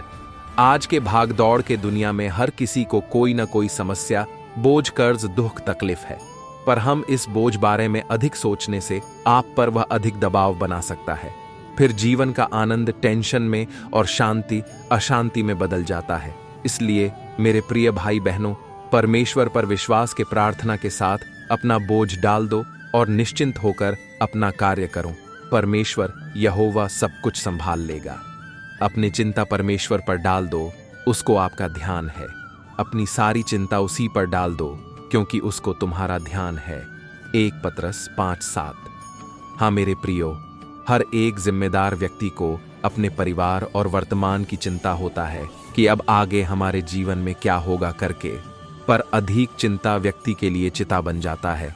जिते जी उनके चिंता के आग जल जाता है। अर्थात चिंता व्यक्ति को थका देती है और सुस्त कर उनके विश्वास और बुद्धि को कमजोर कर देती है। फिर वह अशांति के साथ प्रतिदिन जीवन बिताता है। इसलिए प्रभु यीशु मसीह ने बहुत बार कहा, चिंता मत करो, केवल परमेश्वर पर विश्वास करो और अपने काम करो। परमेश्वर आपके हर काम और चिंता के विषय को आशीष में बदल देगा। अपने कल्पनाएं योजना परमेश्वर की हाथों में सौंप दो, वह पूरा करेगा। अपने कामों को यहोवा पर डाल दे, इससे तेरी कल्पनाएं सिद्ध होंगी। नीति वचन 16 से 3। हर मनुष्य अपने भविष्य के लिए योजना बनाता है, कल्पनाएं करते हैं, पर वह नहीं जानता भविष्य में क्या होगा। इसलिए व्यक्ति भविष्य के काम योजना के कारण वर्तमान में आनंद शांति नहीं ले पाता है। अगर आपको आनंद शांति पाना है तो अपने विश्वास के प्रार्थना के साथ सारे योजना कल्पनाएं और काम को परमेश्वर की हाथों में सौंप दो। यहोवा परमेश्वर को आपके भूत भविष्य और वर्तमान को संवारने का ताकत है। अंत में यही कहूंगा कि भूतकाल का बोझ, वर्तमान का चिंता और भविष्य का योजना परमेश्वर के हाथों सौंपकर निश्चिंत होकर प्रार्थना, आराधना और अपने व्यक्तिगत काम में लगे रहें। परमेश्वर सब कुछ संभाल लेगा। फिर आप मसीह में प्रतिदिन आनंदित रहोगे। प्रभु में सदा आनंदित रहो। मैं फिर कहता हूं, आनंदित रहो।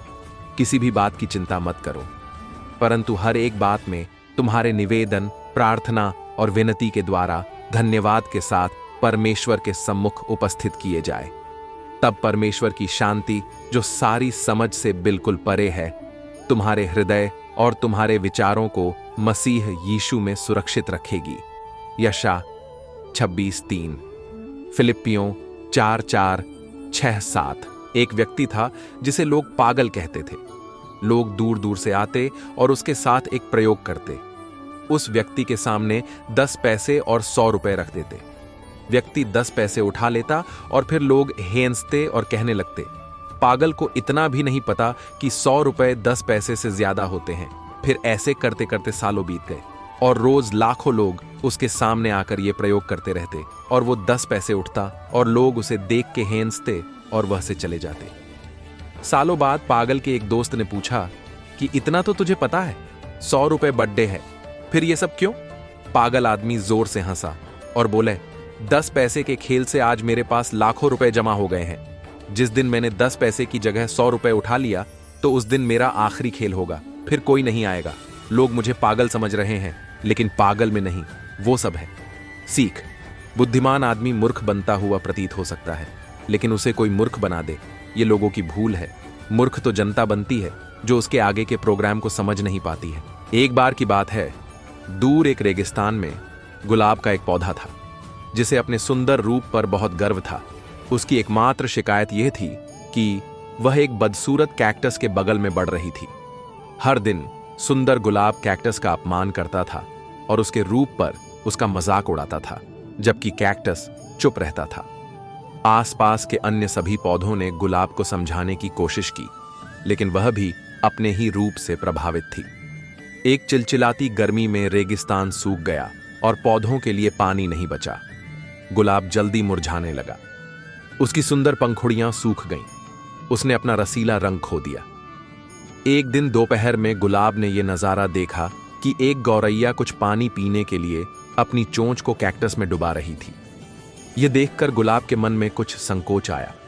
हालांकि शर्म आ रही थी, फिर भी गुलाब ने कैक्टस से पूछा कि क्या उसे कुछ पानी मिल सकता है। इसके जवाब में दयालु कैक्टस आसानी से सहमत हो गया। गुलाब को अपनी गलती का एहसास हुआ। फिर दोनों ने गर्मी से पार पाने के लिए एक दूसरे की मदद करी। कहानी की सीख, किसी को भी उसके रूप से नहीं आंकना चाहिए। कोई भी कभी भी आपके काम आ सकता है। एक दिन की बात है, अकबर महाराज ने अपनी सभा में एक अजीब सा सवाल पूछा, जिससे पूरी सभा के लोग हैरान रह गए। जैसे ही वे सभी उत्तर जानने की कोशिश कर रहे थे, तभी बीरबल अंदर आए और पूछा कि मामला क्या है। उन्होंने उससे सवाल दोहराया। सवाल था, शहर में कितने कौवे हैं? बीरबल तुरंत मुस्कुराए और अकबर महाराज के पास गए। उन्होंने उत्तर की घोषणा की। उनका जवाब था कि नगर में 21,523 कौवे हैं। यह पूछे जाने पर कि वह उत्तर कैसे जानते हैं, तब बीरबल ने कहा, अपने आदमियों से कौवे की संख्या गिनने के लिए कहें। यदि अधिक मिले तो कौवे के रिश्तेदार उनके पास आसपास के शहरों से आ रहे होंगे। यदि कम है तो हमारे शहर के कौवे शहर से बाहर रहने वाले अपने रिश्तेदारों के पास जरूर गए होंगे। यह जवाब सुनकर राजा को काफी संतोष मिला। इस उत्तर से प्रसन्न होकर अकबर ने बीरबल को एक माणिक और मोती की जंजीर भेंट की। वहीं उन्होंने बीरबल की बुद्धि की काफी प्रशंसा करी। कहानी की सीख, उत्तर में सही स्पष्टीकरण यानी दलील होना उतना ही महत्वपूर्ण है जितना सही उत्तर का होना। एक बार एक छोटे से शहर में एक लालची आदमी रहता था। वह बहुत ही धनी था। इसके बावजूद भी उसकी लालच का कोई अंत नहीं था। उसे सोना और कीमती वस्तुएं काफी प्रिय थीं। लेकिन एक बात जरूर थी, वह अपनी बेटी को हर चीज से ज्यादा प्यार करता था। एक दिन उसे एक परी दिखाई दी। जब वह उसके पास आया तो उसने देखा कि पेड़ की कुछ शाखाओं में परी के बाल फंस गए थे। उसने उसकी मदद की और परी उन शाखाओं से आजाद हो गई। लेकिन उस लालची आदमी पर उसका लालच हावी हुआ। उसने सोचा, क्यों ना परी से मदद के बदले में इच्छा मांगी जाए ताकि वह और अमीर बन सके। आदमी ने परी से कहा तो परी उसकी बातें सुनकर उसे एक इच्छा की पूर्ति करने का मौका दिया। ऐसे में उस लालची आदमी ने कहा, जो कुछ मैं छूऊं वह सब सोना हो जाए। परी ने ऐसा ही किया और उसकी इच्छा पूर्ण कर दी। जब उसकी इच्छा पूर्ण हो गई तब वह लालची आदमी अपनी पत्नी और बेटी को अपनी इच्छा के बारे में बताने के लिए घर भागा। उसने हर समय पत्थरों और कंकड़ को छूते हुए और उन्हें सोने में परिवर्तित होते देखा, जिसे देखकर वह बहुत ही खुश भी हुआ। घर पहुंचते ही उसकी बेटी उसका अभिवादन करने के लिए दौड़ी। जैसे ही वह उसे अपनी बाहों में लेने के लिए नीचे झुका, वह एक सोने की मूर्ति में बदल गई। ये पूरी घटना अपने सामने देखते ही उसे अपनी गलती का एहसास हुआ। वह काफी जोर से रोने लगा और अपनी बेटी को वापस लाने की कोशिश करने लगा। उसने परी को खोजने की काफी कोशिश करी, लेकिन वह उसे कहीं पर भी नहीं मिली। उसे अपनी मूर्खता का एहसास हुआ, लेकिन अब तक काफी देर हो चुकी थी। कहानी की सीख, जरूरत से ज्यादा लालच पतन का कारण बनता है। बहुत पुराने समय की बात है।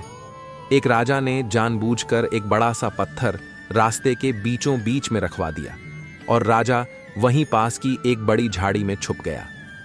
वह यह देखना चाहता था कि आखिर कौन इस पत्थर को रास्ते से हटाता है। उस रास्ते से बहुत लोग गुजरे, लेकिन किसी ने भी उस पत्थर को हटाना ठीक नहीं समझा। यहां तक कि राजा के दरबार के ही बहुत से मंत्री और धनी व्यापारी भी उस रास्ते से गुजरे, लेकिन किसी ने भी उसे हटाना ठीक नहीं समझा। उल्टा उन्होंने राजा को ही इस बाधा के लिए जिम्मेदार ठहराया। बहुत से लोगों ने राजा पर सड़कों को साफ न रखने के लिए जोर जोर से आरोप लगाए, लेकिन उनमें से किसी ने भी पत्थर को रास्ते से हटाने के लिए कुछ नहीं किया।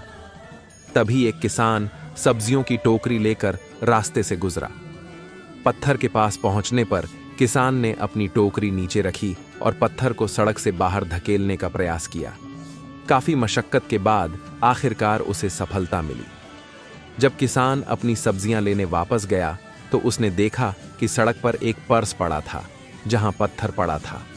पर्स में कई सोने के सिक्के और राजा का एक नोट था, जिसमें बताया गया था कि सोना उस व्यक्ति के लिए था जिसने सड़क से पत्थर को हटाया था। कहानी की सीख, जीवन में आने वाली हर बाधा हमें नए अवसर देती है, इसलिए बाधाओं को कोसने के बजाय उनसे निपटने के लिए तैयार रहना चाहिए। एक बार एक जंगल में एक लोमड़ी को बहुत भूख लगी। उसने पूरा जंगल छान मारा, लेकिन उसे कहीं पर भी खाने को कुछ नहीं मिला। इतनी मेहनत से खोज करने के बाद भी उसे कुछ ऐसा नहीं मिला जिसे वह खा सके। अंत में जैसे ही उसके पेट में गड़गड़ाहट हुई, वह एक किसान की दीवार से टकरा गया। दीवार के शीर्ष पर पहुंचकर उसने अपने सामने बहुत से बड़े रसीले अंगूरों को देखा। वे सभी अंगूर दिखने में काफी ताजे और सुंदर थे। लोमड़ी को ऐसा लग रहा था कि वे खाने के लिए तैयार हैं। अंगूर तक पहुंचने के लिए लोमड़ी को हवा में ऊंची छलांग लगानी पड़ी। कूदते ही उसने अंगूर पकड़ने के लिए अपना मुंह खोला, लेकिन वह चूक गई। लोमड़ी ने फिर कोशिश की, लेकिन फिर चूक गई। उसने कुछ और बार कोशिश की, लेकिन असफल रही। अंत में लोमड़ी ने फैसला किया कि वह अब और कोशिश नहीं कर सकती है और उसे घर चले जाना चाहिए। जब वह चली गई तो वह मन ही मन बुदबुदाई, मुझे यकीन है कि अंगूर वैसे भी खट्टे थे। कहानी की सीख, हमें प्रयास करने चाहिए और अपनी गलती या असफलताओं को दूसरों के सिर नहीं मरना चाहिए।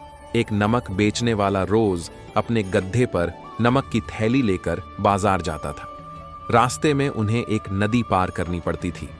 एक दिन नदी पार करते वक्त गधा अचानक नदी में गिर गया और नमक की थैलियां भी पानी में गिर गई। पानी में गिरने से नमक से भरा थैला पानी में घुल गया और थैला ले जाने के लिए बहुत हल्का हो गया। हल्के वजन को पाकर गधा बहुत ही खुश था। अब फिर गधा रोज वहीं चाल चलने लगा। इससे नमक बेचने वाले को काफी नुकसान उठाना पड़ता। नमक बेचने वाले को गधे की चाल समझ में आ गई और उसने उसे सबक सिखाने का फैसला किया। अगले दिन उसने गधे पर एक रुई से भरा थैला लाद दिया। अब गधे ने फिर से वहीं चाल चली। उसे उम्मीद थी कि रुई का थैला अभी भी हल्का हो जाएगा, लेकिन गिली रुई ले जाने के लिए बहुत भारी हो गई और गधे को बहुत कष्ट उठाना पड़ा। उसने इस हादसे से एक सबक सीखा। उस दिन के बाद उसने कोई चाल नहीं चली और नमक बेचने वाला खुश था। कहानी की सीख, भाग्य हमेशा साथ नहीं देता है, इसीलिए अपनी बुद्धि का इस्तेमाल कीजिए। गांव में एक बूढ़ा व्यक्ति रहता था। वह दुनिया के सबसे बदकिस्मत लोगों में से एक था। सारा गांव उसके अजीबोगरीब हरकत से थक गया था, क्योंकि वह हमेशा उदास रहता था। वह लगातार शिकायत करता था और हमेशा खराब मूड में रहता था। जितना अधिक वह जी रहा था, उतना ही वह दुखी रहता और उसके शब्द उतने ही जहरीले थे।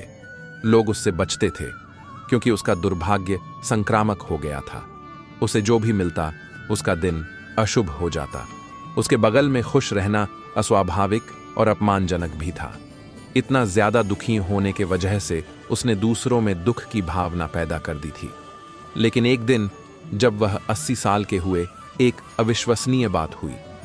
ये बात लोगों में आग की तरह फैल गई। वह बूढ़ा आदमी आज खुश था। वह किसी भी चीज की शिकायत नहीं कर रहा था, बल्कि पहली बार वह मुस्कुरा रहा था, और यहां तक कि उसका चेहरा भी तरोताजा दिखाई पड़ रहा था। यह देखकर पूरा गांव उसके घर के सामने इकट्ठा हो गया और सभी ने बूढ़े आदमी से पूछा, तुम्हें आज क्या हुआ है? जवाब में बूढ़ा आदमी बोला, कुछ खास नहीं। 80 साल से मैं खुशी का पीछा कर रहा हूं और यह बेकार था। मुझे खुशी कभी नहीं मिली और फिर मैंने खुशी के बिना जीने और जीवन का आनंद लेने का फैसला किया, इसलिए मैं अब खुश हूं। कहानी की सीख, खुशी का पीछा मत करो, बल्कि जीवन का आनंद लीजिए। बहुत समय पहले की बात है। एक अकेला हाथी घूमते घूमते एक अजीब जंगल में आ पहुंचा। यह जंगल उसके लिए नया था। यहां उसका कोई दोस्त भी नहीं था। वह अपने दोस्त बनाने के लिए साथी ढूंढ रहा था। उसने सबसे पहले एक बंदर से संपर्क किया और कहा, नमस्ते बंदर भैया, क्या आप मेरे दोस्त बनना चाहेंगे? बंदर ने कहा, तुम मेरी तरह झूल नहीं सकते हो, क्योंकि तुम बहुत बड़े हो, इसलिए मैं तुम्हारा दोस्त नहीं बन सकता। इसके बाद हाथी एक खरगोश के पास गया और वही सवाल दोहराया।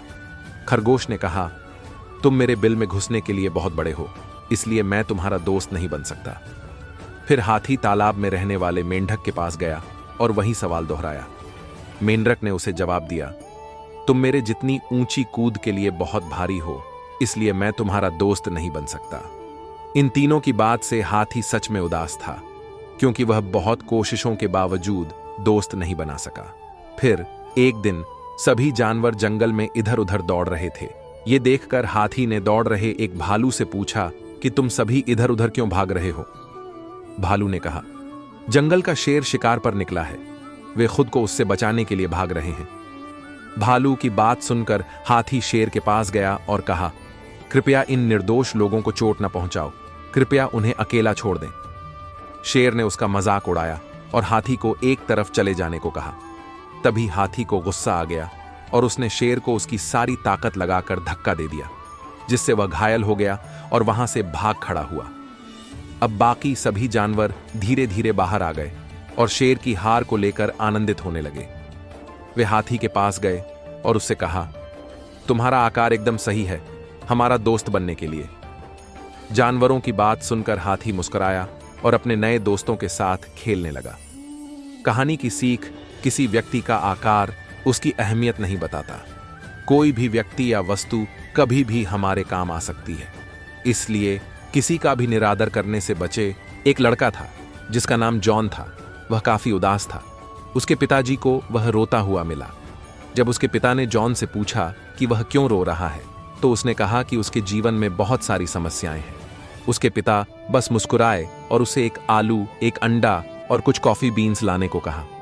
उसने उन्हें 3 अलग अलग कटोरे में रखा। फिर उन्होंने जॉन से उनकी बनावट को महसूस करने के लिए कहा और फिर उन्होंने प्रत्येक कटोरी में पानी भर देने का निर्देश दिया। जॉन ने वैसा ही किया जैसा उसे करने को कहा गया था। उसके पिता ने फिर तीनों कटोरे उबाले। एक बार जब कटोरे ठंडे हो गए तो जॉन के पिता ने उन्हें तीनों पदार्थों की बनावट को फिर से महसूस करने के लिए कहा। जॉन ने देखा कि आलू नरम हो गया था और उसकी चमड़ी यानी छिलका आसानी से छिल रहा था। अंडा सख्त हो गया था। वहीं कॉफी बीन्स पूरी तरह से बदल गई थी और पानी के कटोरे को सुगंध और स्वाद से भर दिया था। तब जॉन के पिताजी ने कहा, बेटे, हमारे जीवन में समस्याएं हमको मजबूत और भविष्य के लिए तैयार करती हैं। इसलिए समस्याओं से डरकर भागने के बजाय उनसे निपटने की कोशिश करनी चाहिए। जॉन को अपनी समस्याओं का समाधान मिल चुका था। कहानी की सीख, जीवन में समस्याएं रहेंगी। हमें समस्याओं से पार पाकर ही जीवन को खुशहाल बनाना होगा। एक बार मेंढकों का एक दल पानी की तलाश में जंगल में घूम रहा था। अचानक समूह से 2 मेंढक गलती से एक गहरे गड्ढे में गिर गए। दल के दूसरे मेंढक गड्ढे में अपने दोस्तों के लिए चिंतित थे। गड्ढा बहुत गहरा था। यह देखकर उन्होंने 2 मेंढकों से कहा कि गहरे गड्ढे से बचने का कोई रास्ता नहीं है और कोशिश करने का कोई मतलब नहीं है। वे लगातार उन्हें हतोत्साहित करते रहे क्योंकि 2 मेंढक गड्ढे से बाहर कूदने की कोशिश कर रहे थे। वो दोनों जितनी भी कोशिश करते लेकिन सफल नहीं हो पाते। जल्द ही दोनों मेंढकों में से एक ने दूसरे मेंढकों पर विश्वास करना शुरू कर दिया कि वे कभी भी गड्ढे से नहीं बच पाएंगे और अंततः हार मान लेने के बाद उसकी मृत्यु हो गई। दूसरा मेंढक अपनी कोशिश जारी रखता है और आखिर में इतनी ऊंची छलांग लगाता है कि वह गड्ढे से बच निकलता है। अन्य मेंढक इस पर चौंक गए और आश्चर्य किया कि उसने यह कैसे किया। अंतर यह था कि दूसरा मेंढक बहरा था और समूह का हतोत्साह नहीं सुन सकता था। उसने ये सोचा कि वे उसके इस कोशिश पर खुश हो रहे हैं और उसे कूदने के लिए उत्साहित कर रहे हैं। कहानी की सीख, दूसरों की राय आपको तभी प्रभावित करेगी जब आप उस पर विश्वास करेंगे। इसलिए बाहरी शक्तियों से खुद को कम से कम प्रभावित होने दें और स्वयं पर विश्वास करें। एक जंगल के पास 2 भाई रहा करते थे। बड़ा भाई बहुत शरारती था। वह छोटे भाई के साथ बहुत ही खराब व्यवहार करता था। कभी छोटे भाई के हिस्से का सारा खाना खा जाता था तो कभी छोटे भाई के नए कपड़े खुद पहन लेता था। एक दिन बड़े भाई ने तय किया कि वो पास के जंगल से कुछ लकड़ियां लाएगा जिन्हें बाजार में बेचकर उसे पैसे मिलेंगे। जैसे ही वह जंगल में गया तो उसने बहुत पेड़ काटे। पेड़ काटते काटते वह एक जादुई पेड़ से टकरा गया।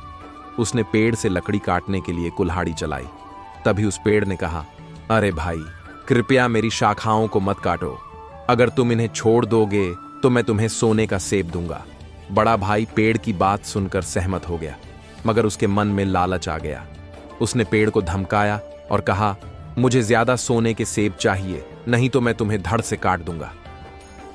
बड़े भाई की इन बातों को सुनकर पेड़ ने सेब देने के बजाय उसके ऊपर सुइयों की बौछार कर दी। सुइयां उसके शरीर में चुभने लगी और वह दर्द के मारे जमीन पर गिरकर चीखने लगा। धीरे धीरे दिन ढल गया तो छोटे भाई को अपने बड़े भाई चिंता हुई, इसलिए वह अपने बड़े भाई की तलाश में जंगल चला गया। कुछ देर ढूंढने के बाद उसे बड़ा भाई जादुई पेड़ के नीचे दर्द में पड़ा हुआ मिला, जिसके शरीर पर सैकड़ों सुई चुभी थी। उसके मन में दया आई। उसने अपने बड़े भाई के शरीर में चुभी सुइयां निकाल दी। ये सभी चीजें बड़ा भाई देख रहा था और उसे अपने पर गुस्सा आ रहा था। अब बड़े भाई ने उसके साथ बुरा बर्ताव करने के लिए छोटे भाई से माफी मांगी और दोबारा ऐसा नहीं करने का वादा किया। जादुई पेड़ ने बड़े भाई के दिल में आए बदलाव को देखा और उसने खुश होकर दोनों भाइयों को खूब सारे सोने के सेब दे दिए। कहानी की सीख। इस कहानी से हमें ये सीख मिलती है कि हमें दयालु और शालीन बनना चाहिए, क्योंकि ऐसे लोगों को हमेशा इनाम मिलता है। एक समय की बात है, जंगल के पास एक लकड़हारा रहता था। वह जंगल में लकड़ी इकट्ठा करता था और कुछ पैसों के लिए उन्हें पास के बाजार में बेचता था। एक दिन वह एक पेड़ काट रहा था, तभी गलती से उसकी कुल्हाड़ी पास बह रही नदी में गिर गई। नदी बहुत ज्यादा गहरी थी और तेजी से बह रही थी। लकड़हारे ने अपनी कुल्हाड़ी को ढूंढने का बहुत प्रयत्न किया, लेकिन उसे कुल्हाड़ी नहीं मिली। वह दुखी होकर नदी के किनारे बैठकर रोने लगा। उसके रोने की आवाज सुनकर नदी के भगवान उठे और उस लकड़हारे से पूछा, क्या हुआ? लकड़हारा ने उन्हें अपनी दुखद कहानी बताई। नदी के भगवान को उस लकड़हारे के ऊपर दया आई और उसकी मेहनत और सच्चाई देखकर उसकी मदद करने की पेशकश की। वह नदी में गायब हो गए और एक सुनहरी कुल्हाड़ी के साथ प्रकट हुए, लेकिन लकड़हारे ने कहा कि यह उसकी कुल्हाड़ी नहीं है। वह फिर से गायब हो गए और अब की बार चांदी की कुल्हाड़ी लेकर वापस आए, लेकिन इस बार भी लकड़हारे ने कहा कि यह कुल्हाड़ी भी उसकी नहीं है। अब नदी के भगवान पानी में फिर से गायब हो गए और अब की बार वह एक लोहे की कुल्हाड़ी के साथ वापस आए। लकड़ी की कुल्हाड़ी देखकर लकड़हारा मुस्कुराया और कहा कि यह उसकी कुल्हाड़ी है। नदी के भगवान ने लकड़हारे की ईमानदारी से प्रभावित होकर उसे सोने और चांदी की दोनों कुल्हाड़ियां भेंट कर दी। कहानी की सीख ईमानदारी सर्वश्रेष्ठ नीति है। गर्मियों के एक दिन में जंगल के शेर को बहुत जोरों से भूख लगी, इसलिए वह इधर उधर खाने की तलाश करने लगा। कुछ देर खोजने के बाद उसे एक खरगोश मिला, लेकिन शेर ने खरगोश को छोटा समझकर उसे खाने के बजाय छोड़ दिया। फिर कुछ देर ढूंढने के बाद उसे रास्ते में एक हिरण मिला। उसे पकड़ने के लिए वह उसके पीछे दौड़ा। चूंकि शेर बहुत देर से भूखा था, तो वह कुछ दूर भागने के बाद ही थक गया और हिरण को नहीं पकड़ पाया। अब जब उसे कुछ भी खाने को नहीं मिला, तब वह वापस उस खरगोश को खाने के बारे में सोचने लगा। फिर वह वापस उसी स्थान में आया तो उसे वहां पर कोई भी खरगोश नहीं मिला, क्योंकि खरगोश वहां से जा चुका था। अब शेर काफी दुखी हुआ और बहुत दिनों तक उसे भूखा ही रहना पड़ा। कहानी की सीख, इस कहानी से हमें लालच नहीं करने की सीख मिलती है। एक समय की बात है, एक गांव में ढेर सारे मुर्गे रहते थे। गांव के बच्चे ने किसी एक मुर्गे को तंग कर दिया था। मुर्गा परेशान हो गया। उसने सोचा, अगले दिन सुबह मैं आवाज नहीं करूंगा, सब सोते रहेंगे, तब मेरी अहमियत सबको समझ में आएगी और मुझे तंग नहीं करेंगे। मुर्गा अगली सुबह कुछ नहीं बोला। सभी लोग समय पर उठकर अपने अपने काम में लग गए। इस पर मुर्गे को समझ में आ गया कि किसी के बिना कोई काम नहीं रुकता, सबका काम चलता रहता है। कहानी की सीख, अपने कार्य पर कभी भी घमंड नहीं करना चाहिए। किसी के बिना कोई कार्य नहीं रुकता। एक समय की बात है, एक घने जंगल में एक बारहसिंगा रहता था। वह बड़ा घमंडी था। एक बार वह तालाब में पानी पी रहा था और पानी पीते हुए उसने अपनी परछाई देखी। वो अपने सुंदर सींगों को देखकर बहुत खुश हुआ, पर अपनी पतली टांगों को देखकर बहुत दुखी हुआ और वो भगवान को कोसने लगा। एक बार कुछ शिकारी कुत्ते जंगल में आ गए और वो बारहसिंगा के पीछे पड़ गए। ये देखकर वो घबराकर दूर भाग गया। उसकी पतली टांगें ही उसकी भागने में सहायता कर रही थीं। भागते भागते अचानक उसके सींग टहनियों के बीच फंस गए। उसने अपने सींगों को बाहर निकालने की बहुत कोशिश की, पर वह अपने सींगों को बाहर ना निकाल पाया, जिसके बाद उन शिकारी कुत्तों ने उसे घायल कर दिया और वो मरने की हालत में हो गया था। मरते समय वह सोचता रहा, इन सुंदर सींगों ने मुझे मरवाया है, अन्यथा मेरी पतली टांगें मुझे बचा सकती थीं। कहानी की सीख, कोई भी चीज अपने गुणों से सुंदर होती है। एक जंगल में एक लोमड़ी और सारस रहते थे। दोनों में गहरी मित्रता थी। एक दिन लोमड़ी ने सारस को देखा और वह कहने लगी, सारस भाई नमस्ते, कैसे हो? सारस बोला, लोमड़ी बहन मैं तो अच्छा हूं, तुम अपनी बताओ। लोमड़ी को शरारत सूझी और वह कहने लगी, सारस भाई मैं तुम्हें अपने घर दावत पर बुलाना चाहती हूं, कल तुम मेरे घर भोजन करने आना। दूसरे दिन सारस लोमड़ी के घर भोजन करने पहुंचा। दोनों ने एक दूसरे को नमस्ते बोला और फिर मीठी मीठी बातें करने लगे। कुछ देर बाद लोमड़ी 2 परातों में बहुत पतली खिचड़ी बनाकर ले आई और वह सारस से बोली, सारस भाई आओ खाना खाएं। लोमड़ी तो जल्दी जल्दी खिचड़ी खाने लगी, लेकिन सारस की लंबी चोंच में खिचड़ी ना आई। उसे खिचड़ी ना खाते देख लोमड़ी मन ही मन बहुत खुश हुई और झूठी चिंता दिखाते हुए सारस से पूछने लगी कि क्या बात है, तुम्हें खाना पसंद नहीं आया? सारस लोमड़ी की चालाकी समझ गया और थोड़ी देर बात करने के बाद उसने लोमड़ी को बोला कि कल तुम भी मेरे घर खाने पर जरूर आना लोमड़ी बहन। लोमड़ी ने कहा, हाँ मैं जरूर आऊंगी। सारस ने मछलियां पकाकर 2 तंग मुंह की सुराहियों में डाल दी। जब लोमड़ी आई तो दोनों ने एक दूसरे को नमस्ते करी और बातें करने लगे। कुछ देर बाद सारस सुराही उठा लाया। वह लोमड़ी को कहने लगा, बहन आओ मिलकर मछलियां खाएं। इतना बोलकर उसने अपनी चोंच सुराही में डाल दी। वह मजे से मछलियां खाने लगा। लोमड़ी का इतना बड़ा मुंह सुराही के छोटे से मुंह में जा ही नहीं पा रहा था। वह सारस का मुंह देखती रह गई। अब सारस समझ गई कि लोमड़ी ने अपना बदला ले लिया है। कहानी की सीख जैसे को तैसा। गर्मियों के दिनों की बात है। एक कौए को बहुत तेज प्यास लगी थी। वह पानी की तलाश में इधर उधर उड़ने लगा, पर उसे कहीं भी पानी ना मिला। तेज गर्मी के कारण उसकी प्यास और बढ़ती जा रही थी। कौए ने जीने की उम्मीद छोड़ दी थी, लेकिन उसने हार नहीं मानी। वह पानी की तलाश करने फिर चला गया। अचानक उसे एक पानी से भरा घड़ा दिखाई दिया। वह उस घड़े को देखकर बहुत खुश हो गया और तुरंत उड़कर घड़े के पास गया। उसने पानी पीने की कोशिश करी, पर वो सफल ना हो पाया, क्योंकि उस घड्डी ढीहे में पानी बहुत थोड़ा था। वह निराश होकर जैसे ही वहां से जाने लगा तो उसकी नजर अचानक कंकर पर पड़ी।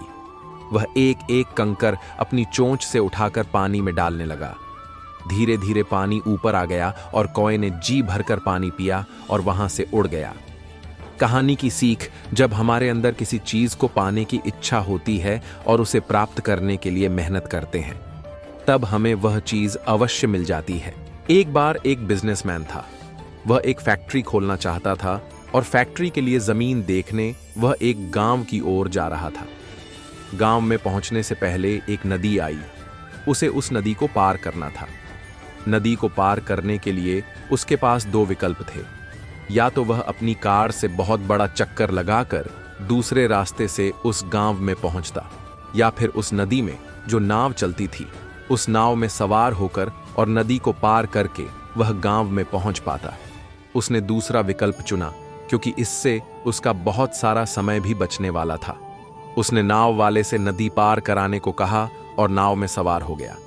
जब नाव बीच नदी में थी तो वह उस नाविक से कुछ सवाल करने लगा। उसने पूछा, क्या तुम मुझे जानते हो? नाविक ने कहा, नहीं साहब। इस पर बिजनेसमैन बड़ा हैरान हुआ। उसने कहा, क्या तुम मुझे नहीं जानते हो?